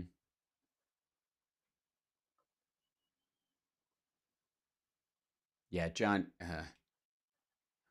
10 seconds, guys. Yeah. You are? I can hear you. Should be able. Okay. Attention. Stop what you're doing. Because we're coming back to the Hal Sparks radio program, Mega Worldwide. Oh my God! They went a little crazy with it, and I appreciate it. Check now for me, let's Johnny get back Million. with Hal Sparks radio program, Mega Check. Worldwide. I think that should do it. I think we should be all right. Am I back? Let us know, chat. Yep, chat. I think he's okay. I think I've fixed it. It's a weird thing. It's one of those things where apparently I can only listen to 2 out of 3 voices on the thing at the same time, and it's you, Phil, and WCPT. And if we add, once one gets added, somebody gets shoved out the door. So I think I found a workaround, so we should be all right. And that said, we've got more questions from our chat room at infotainmentwars.com. Sure do. And of course, twitch.tv/HalSparks. Don't forget, patreon.com/HalSparks is a great way to support the show. And then, of course, we do have on the, I've got a regular show 5 days a week in the afternoons, 3 p.m. Pacific time. And then Monday, Wednesday, Friday, I got a morning show. And Philip joins me on the Wednesday show for the second hour so that we can kind of pick up because there's so much news happening. Now, after you, Johnny Mayton, after you. After you? No, after you. All right, so Tim is asking, is Sybil or Dogin saying Ukraine belongs in NATO significant in any way, especially with Putin scheduled to visit Turkey? Erdogan, you mean? Yeah. Oh, Erdogan. Probably. Oh, yeah. Tayyip Erdogan. I mean, yeah. It is. It's a big deal because Turkey is also, by the way, a Black Sea power. So a lot of this is about who controls power in the Black Sea. So they might be playing a bit of a game there as well. The fact that Turkey has often been a spoiler within NATO. I mean, certainly they were with the recent members of NATO and that process. So the fact that that Erdogan is greenlighting Ukraine going into NATO is, I mean, potentially very big deal. As far as how it's going to affect relations between Turkey and Russia or Erdogan and Putin, doesn't matter. It doesn't matter. But Erdogan is already embarrassed Putin, on the global stage more than once. There's no love lost between the two men. Erdogan's gonna do what Erdogan is gonna do,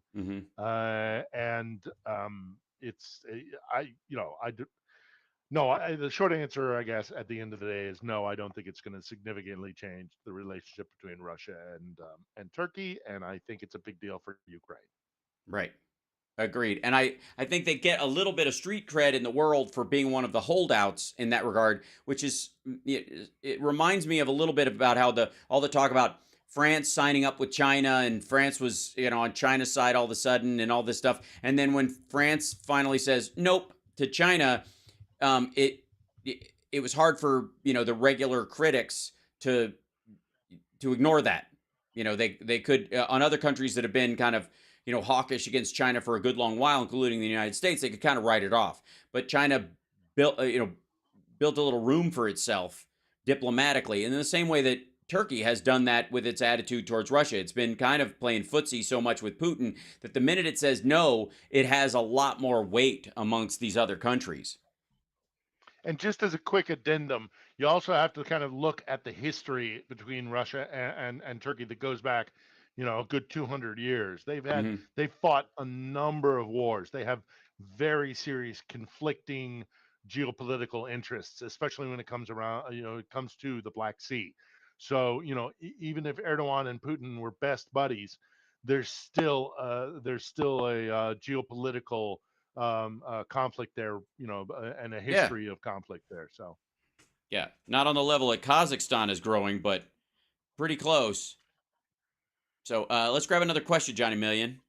Sure. I've got, let's see, from Ed's 3D Tech. Can you ask Philip if Russia has less than 25% artillery left? Well, I mean, okay, so I can't answer that because, those are some murky numbers. I do know that the Russians have switched their entire economy and their industrial base to a war footing. So they are churning out a lot of artillery. But they're also going through a lot of artillery. And in addition to that, they're pulling up stockpiles that are very old. And so their dud rate is big. That's a big deal. And then in addition to that, they don't have access to computer chips, which is so important for smart munitions, which are really important to have on the modern battlefield. 25% less than their artillery say that they started with. I'd be slightly surprised if that was accurate, just because they are flooding the zone and they have put themselves on a war footing. But it's still not. It's still not gonna be as effective as it needs to be when it comes up against, in my opinion, up against Ukraine's, armed forces, which are they fight smarter, not harder. Mhm. It's keeping your soldiers alive is a very important thing, so that Mhm. they are effective in the next battle. That's why they love the Bradley fighting vehicle so much, because of the survivability of being in a Bradley, which I can personally attest to from an incident in Baghdad, which I think I've already told on this channel before. I am alive today because of a Bradley fighting vehicle. Ukrainian soldiers are learning that lesson this summer just as well. So you know, the Russians disproportionately focus on artillery, and artillery is nothing to be scoffed at, obviously, clearly, but it's not the end all be all. So I stand with the Ukrainians and their military doctrine before I stand with the Russians, because the Russians are just basically the two pillars with a couple of fringe elements. For the Russians is artillery and just masses of conscripts, and that's how they fight their wars. And whereas, this side of the equation, they're training people properly, they're trying to get them the best equipment, they're trying to keep the survivability up, they're trying to get their lethality up so that they, hit what they're striking at. Obviously, the cluster bomb thing is going to be another element for the Ukrainians. Right. Um, but I can't put a number on how much the Russians have diminished their stockpiles, but they are not doing well either. It's tough on their side too, Mhm. clearly, because we see their effectiveness and They their, also don't have as many options for replenishment as Ukraine does, because Ukraine has a right. lot of different countries supplying with them with a lot of stuff, both overtly and covertly. And Russia does as well, but fewer sources. So, you know, while they're, it's almost as if they traded these nukes to Belarus in exchange for other stuff, in the same way that they drove trucks out of there just recently. So it's we shall see what we shall see.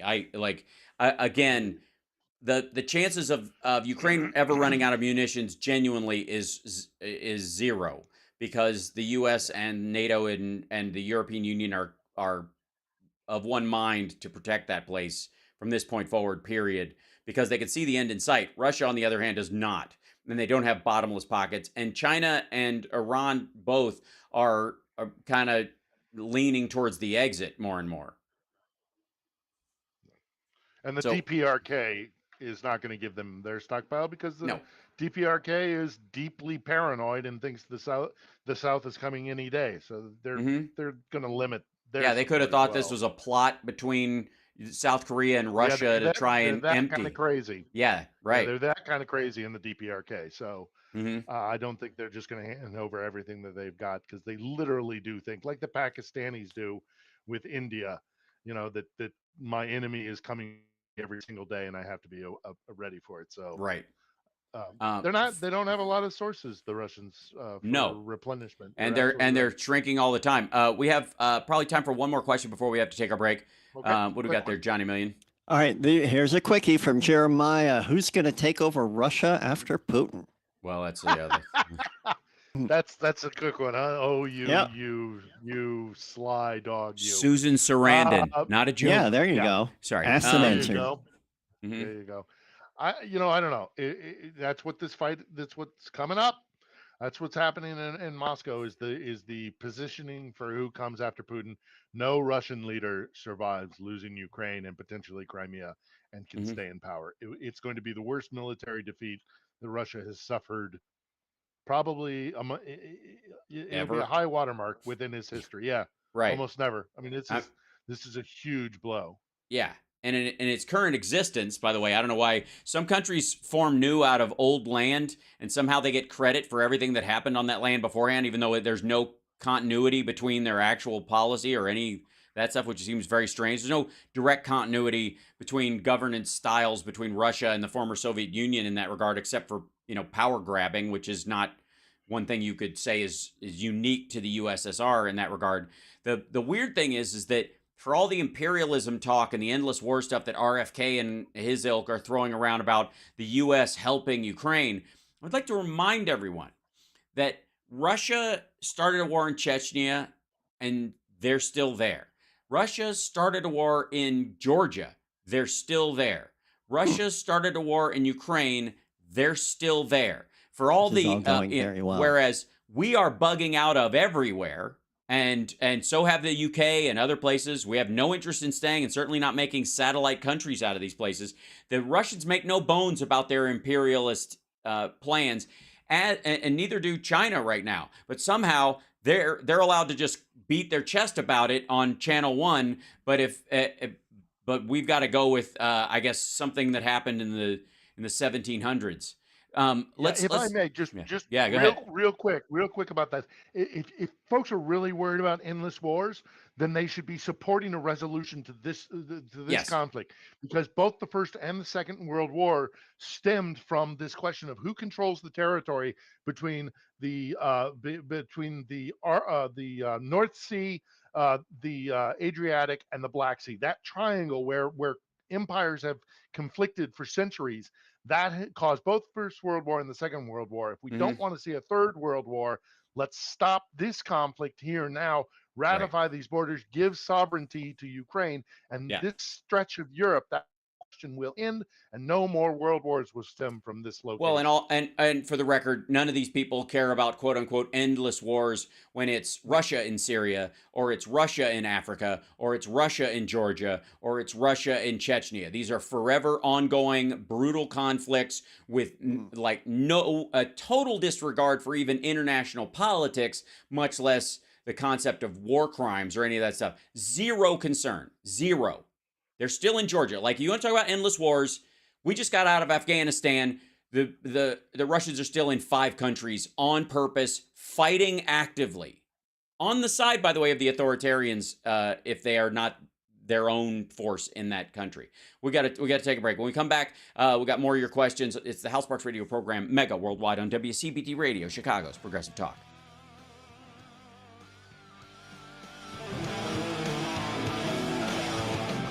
Yeah, I just drop your shorts and bend over, Mr. Babar.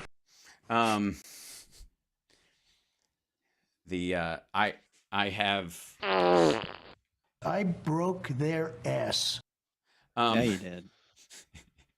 I like fighting number 2. I like fighting number 2. I like fighting number 2.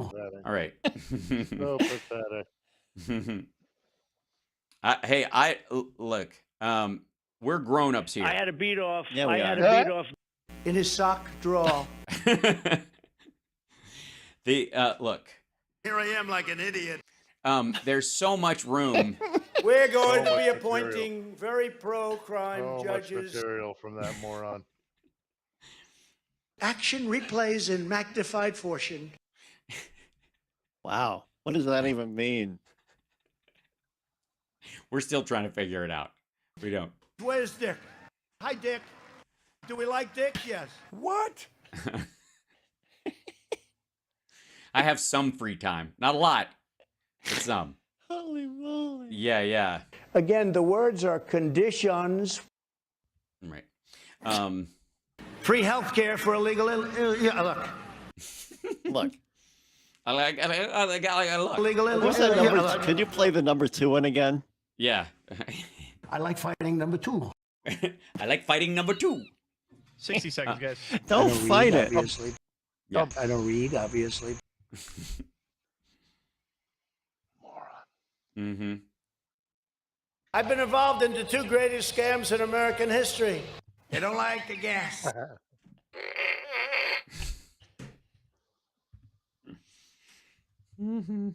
We had a wet vaccine. What? We had a wet vaccine. We had a wet vaccine. I don't know. Oh my God.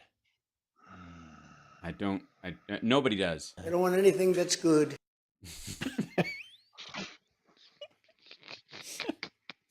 Even outside, it's packed. Did you see my interview with Stewartson, by the way? Yes. Yeah. Lots of fart sounds. 10 seconds, guys. Thank you. Yeah, he's been chasing this Flynn thing like a due to budget and time. The past wasn't that long ago. Due to budget and time constraints, all the creativity has been removed from the Hell Sparks radio program Mega Worldwide bumpers. Now welcome back to the Hell Sparks radio program Mega Worldwide. Here I am like an idiot. So welcome back to the show. You know, way to call me out like that. Oh, no, I wouldn't. I wouldn't even go like an idiot. I wouldn't talk about you. They don't like the gas. Or anybody in Chicago without their permission. So much to cover, and so many more questions. But I want to remind everybody that that Russia and Trump have one big thing in common. Both of them have zero friends. None. They have acquaintances. They have exes. They have hangers on. They have yes men and people who think that they can live. They can tick off this dog for until it runs out of blood. But friends, not so much. And I remember a time when Kazakhstan was actually very close to Russia. Was the calmest satellite state. And then right before this war broke out, there was a weird political dust-up that happened there. And Russia rushed in to help them, as they are wont to do. And ever since then, Tokayev, the head of Kazakhstan, has been selling most of his oil and gas at a decent price to China and buddying up with Europe, going, we're with you guys when all this garbage is over. To the point where I'm seeing headlines like this one. Moscow announces end run around increasingly hostile Kazakhstan.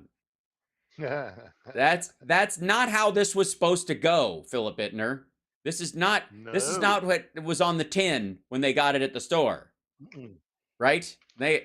Yeah, well, it's the ego of Moscow to think that they actually were like loved and appreciated during the Soviet Union, whereas if you travel around the former Soviet Union satellite states, because at the end of the day, the center of gravity was always Moscow.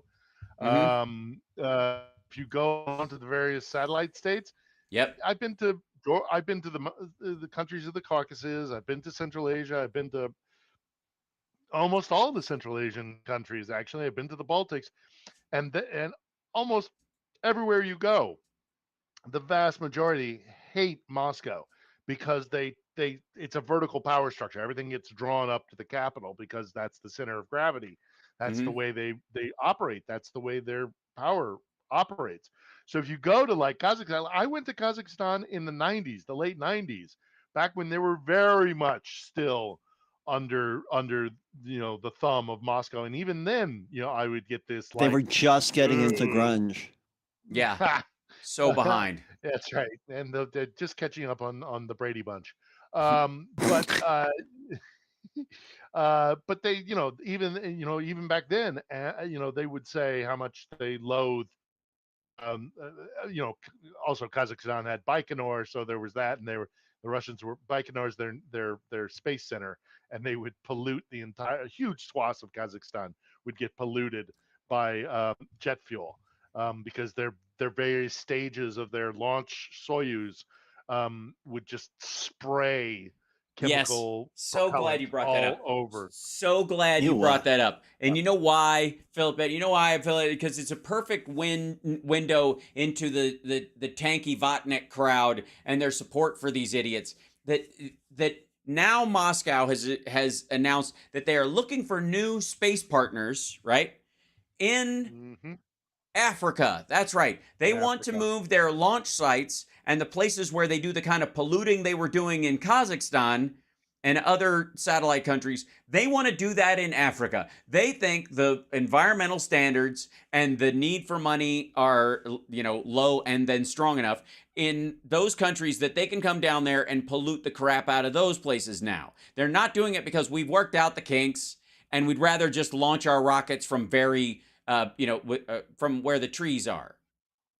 It is fascinating to me that they're being driven out of their former satellite countries for being toxic to the environment, to the people, to everything, and their total disregard for environmental standards. And then they announce, we want to be partners with you, South America. We want to be partners with you, Africa. Oh, and even the Chinese are so terrible with their environmental standards that they didn't even put dams around their coal mines, which are now giant lakes of coal, I don't know, sleuth. And just these giant black lakes of just toxins. And the Chinese won't let the Russians build a launch site in their country. That should tell you something.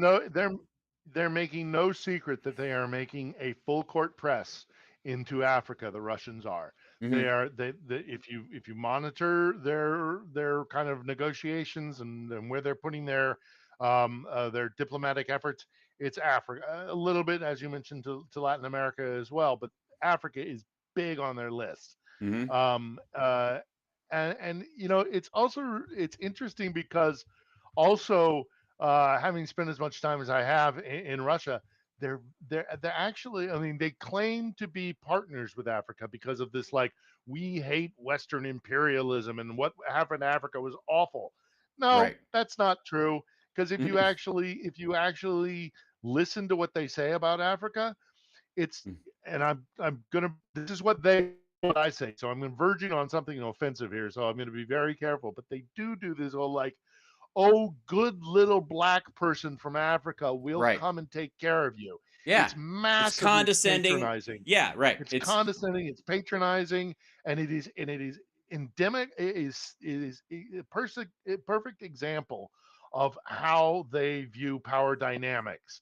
You're gonna be the good little satellite state, or the sort of vassal state, that you just don't get aspirations of kind of self-determination, or we'll take care of you. It's so awful. Well, it's by the way, might be one of the wedges. It might be one of the wedges between them and Russia, because them and China, because China does the exact same thing. China and Russia are both, they have decided they're going to divide Africa up between themselves. And they've just decided, neither one of us is telling the other which piece of the chicken they're getting. Both of them think they're getting drumsticks. And they haven't had discussions about this other than, hey, back off. Hey, back off. But that's it, and nobody's listening. One of the arguments you could make for why Prigozhin is allowed to do what he's doing, and why he's so valuable to Putin as well, is because of the Wagner shift to Africa and the necessary, elements, especially gold, that Russia has been funneling out of Africa right now. They have been stealing gold hand over fist, large truckloads of it. Something that looks like that's a very good point. That's scenes from Indiana Jones, crates of this stuff. Wagner's efforts in Africa, you're right, might be one of the contributing factors as to why he still draws breath. Right. And they could be building Bug Out Island with that money. Maybe, yeah, absolutely, both of them in conjunction. I mean, they are old friends. But it's interesting you bring this up about the Chinese, and I will mention it about the Russians as well, is that while Russia is a multi-ethnic country, and I know that so is China, although you're the expert on China, so I'll defer to you. But what I know about Russia is, while it is multi-ethnic, it's the Russians we're all equal in this multi-ethnic Russian Federation, but some of us are more equal than others. Yes. And the Han Chinese. That's the Han Chinese movement. I mean, the Han in China, like there is the largest movement of racist singular dominance of a particular ethnic group in world history is happening currently. If you believe their numbers, the population numbers, that's another conversation for another time. But in terms of Han Chinese spread out through the entire country, wiping out the Cantonese, wiping out the Uyghurs, wiping out everything, and it literally, remember the scene in Braveheart where, like, the problem with Scotland is it's full of Scots, and they did Prima Nocta and all that ideas that they were going to breed them out of existence. That was one king and his generals kind of come up with this idea to do it on a smaller scale in the kingdom. That's happening on a massive scale in China and has been for the last 5 years at least. And part of it is desperation for children, but the other half of it is desperation for children of a particular ethnic minority or majority in the country, at the expense of everyone else.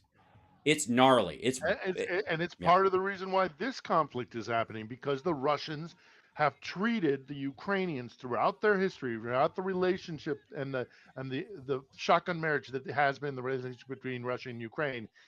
They've always treated Ukrainians as second-class citizens, and the Ukrainians being colonized were not for it. So there's a lot of that kind of stuff going on. Absolutely. Thanks for being on, Philip Bittner, at Philip Bittner, 1L, 2Ts. He'll soon be on Threads. We're all gathering there. Johnny Million is on there as well. So am I. Yep. And that's where the conversations will, again, move. We have a Discord associated with the show. If you want to become a Patreon subscriber, it's a great way to support the show and end up on the Discord. It's a great conversation, great group of people. And that's it. I'll see you guys on Monday on the next Thanks, everyone. on the morning show. We'll see you. All right, that's a wrap. Bye, guys. Yeah, thank you, Chicago. Excellent. And all right. Yeah, I will see you on Wednesday. Yes, absolutely. I don't know exactly how it's going to go because I'm going to be on a trip starting from tomorrow until Wednesday. Sure. But I should be back in Kiev well in time to do the show, but I'll keep you posted. Okay, this week for me is pretty normal. The following week is we're doing an Ultimate Jam Night that's pretty extraordinary. It's because it's a lot of my actor friends who perform are coming out to support the Entertainers Fund, the Actors Fund, because the strike is going on and people are hurting. So we're doing a special benefit for that. So Greg Grunberg, who was on Heroes and all that, is bringing the band from TV, Celebrity Band, with Scott Grimes. Was he on Heroes? I'm blitzing on his name, but he was also in Star Wars. You'd recognize him. Yeah. Okay. What were his powers? He was super strong. He's a big dude. Oh, that guy. Yeah. Really nice guy. Star Wars as well. Yeah. Yeah. Greg's great. And then Scott Grimes, who was in my first project ever as an actor, Frog, an after-school special produced by Shelley Duvall and Elliot Gould. Me and Shelley Duvall and Elliot Gould and Scott Grimes, and Elizabeth Berkley played my girlfriend on that. I've told the story far too many times, but that was. I didn't realize Scott Grimes was on that. Yeah. He was my best friend. He was Arlo in it. I can't believe I just pulled that name right out without even having to blink. But I remember watching that with you, looking for the frog. Yeah.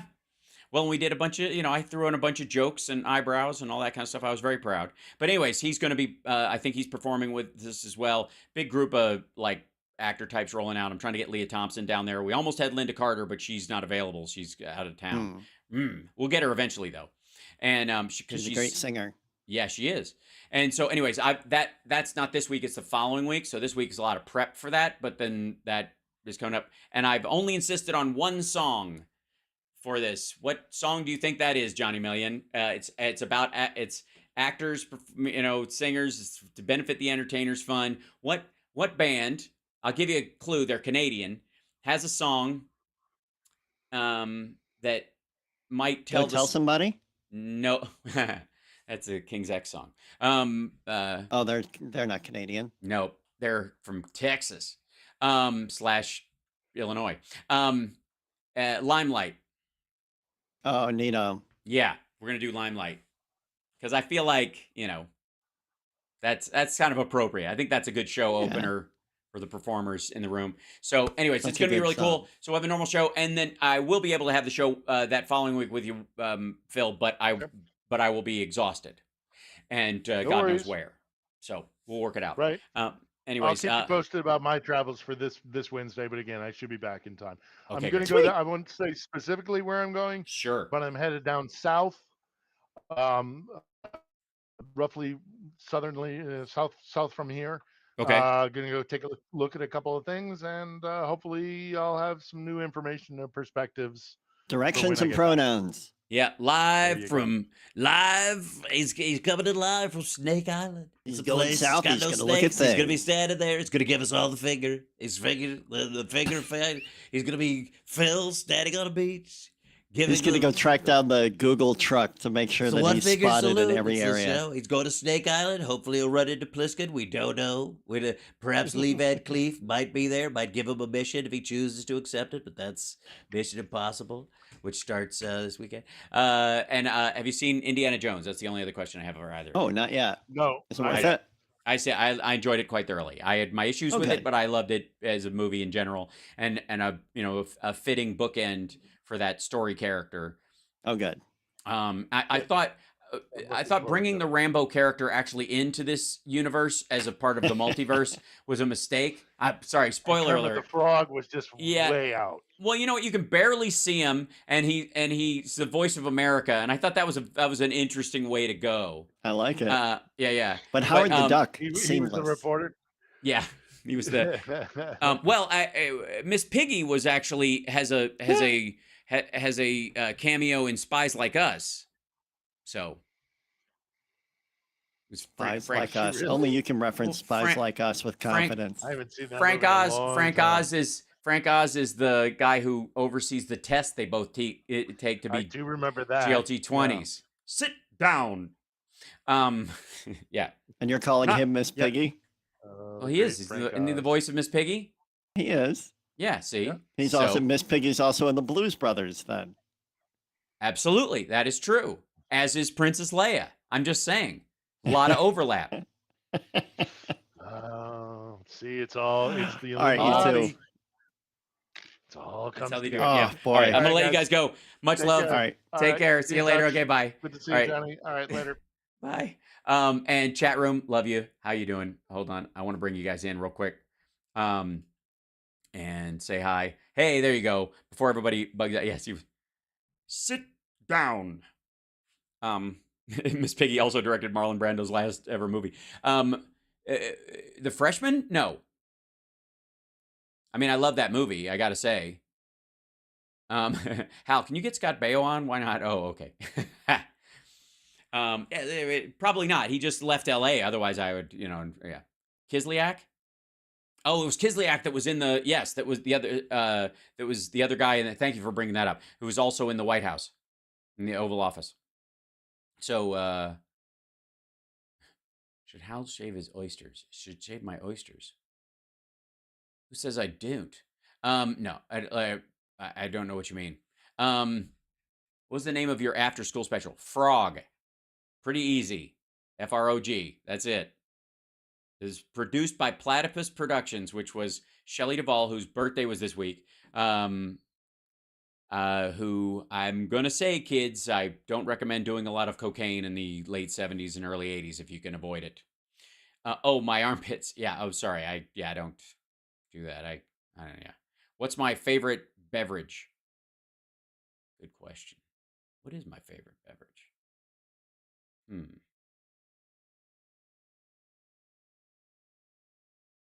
This turned into a big thing because I don't know, because I like a variety of things. Iced tea, plain iced tea. There you go. I mean, honestly, boil down to it. The thing I order the most if I'm out and about, yeah. Add a think tank to your merch. Should just be a tank with a brain on it, with like Spidey sense lines coming off of it. This is my think tank. Sell it right next to the NFTs. I'm just saying, come on. I'd love to have Texas Paul on. Ask him if he'll come on my show. I'm glad to do that. Titus is always busy. Midas Touch guys might not be interested. I don't know. Brian Cohen, we'll see. Michael Cohen, I'd love to have him on. Is it Mr. Bibb? 38%. Holy shit. It's the kidney drink, right? A new T-shirt that's actually a think tank, right? What's your favorite Rush song? That's tough too. Subdivisions, maybe. I like Red Barchetta though. God damn it. Yeah. I think it's Subdivisions. I think that's the one that I've connected to the most. You know what I mean? Like I love Tom Sawyer and I love, like I said, Limelight. I love that song. I get it. It gets me, right? But yeah, I think subdivisions. Because I think, as being me, as who I related to, that the words of that, in the high school halls, in the shopping malls, be cool or be cast out. Right? We love Enough's Enough. Fly by night away from here. I like Closer to the Heart as well. I mean, I like a lot of these, but Trey Crowder for sure hit. Okay. Chip is doing great. Have Tracy Guns on. Yes, that's true. I'll reach out. I like, he and I cross. How's the writer strike going? It's still going.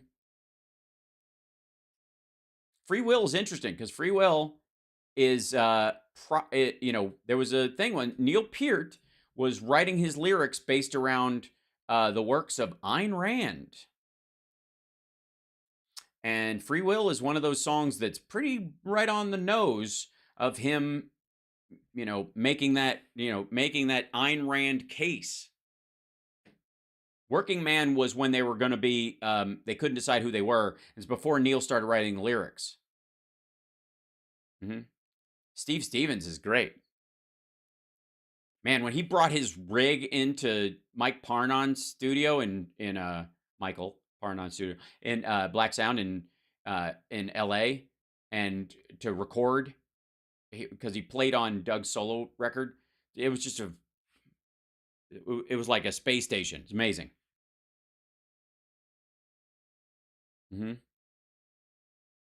Lots of us watch Raiders of the Lost Ark because of you. Oh, nice, Eileen.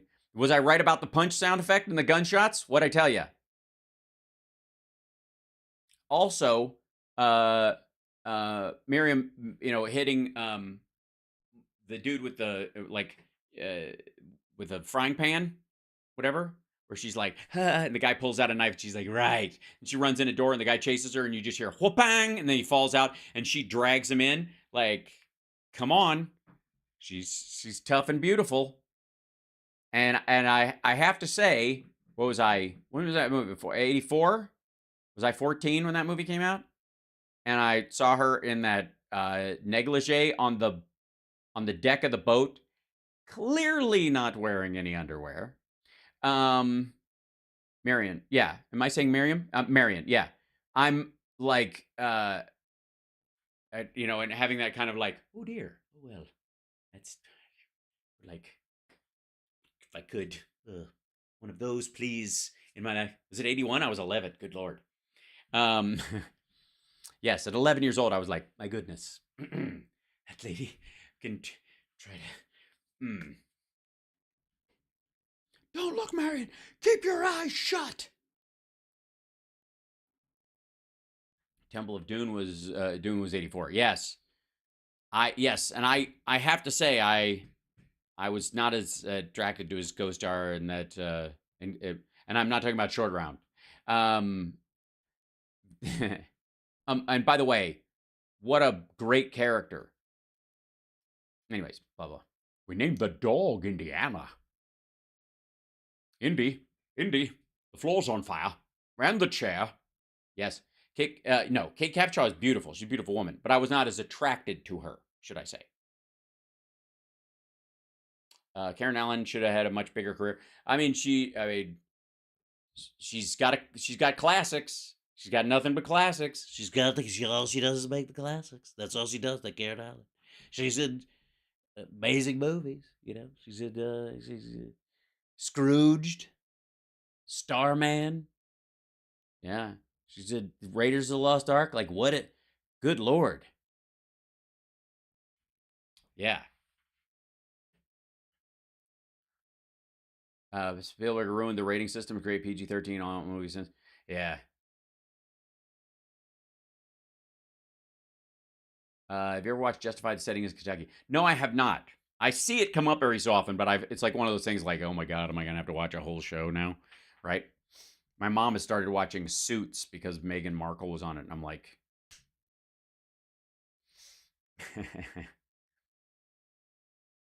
we're all showing her. Yeah, Kate Capshaw was Spielberg's woman. Didn't they marry after that, though? Didn't he cast her in that? And basically, like, that movie was just their first date? Unpopular, trying to watch Airplane from start to finish, and I was not impressed. Really? Watch it again. Justified's amazing. Okay, Wes, I'll check it out. Will the writer's strike end? God, yes, it will eventually, but it won't be a win on either side, because everybody's flipping out about the AI, the potential for AI to write in your style after you're dead.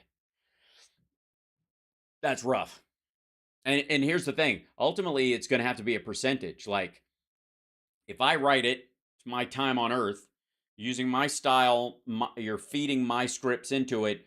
I need to get like at least like a polished rewrite, because you're always using my style. Yep.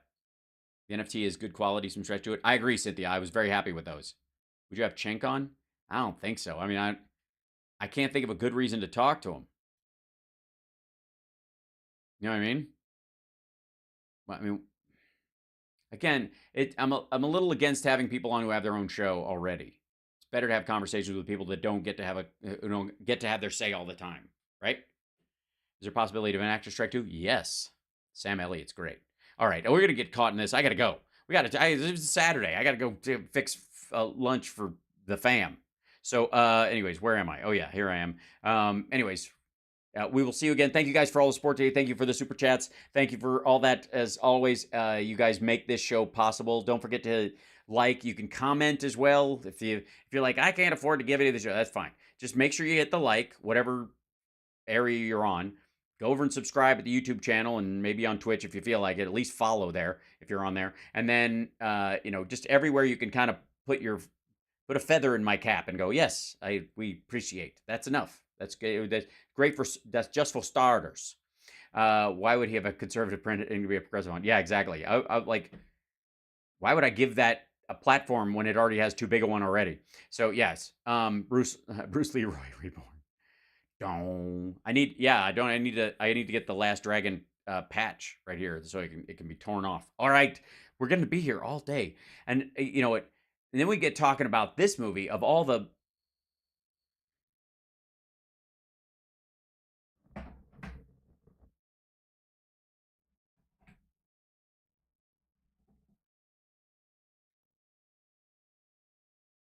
I like fighting number two.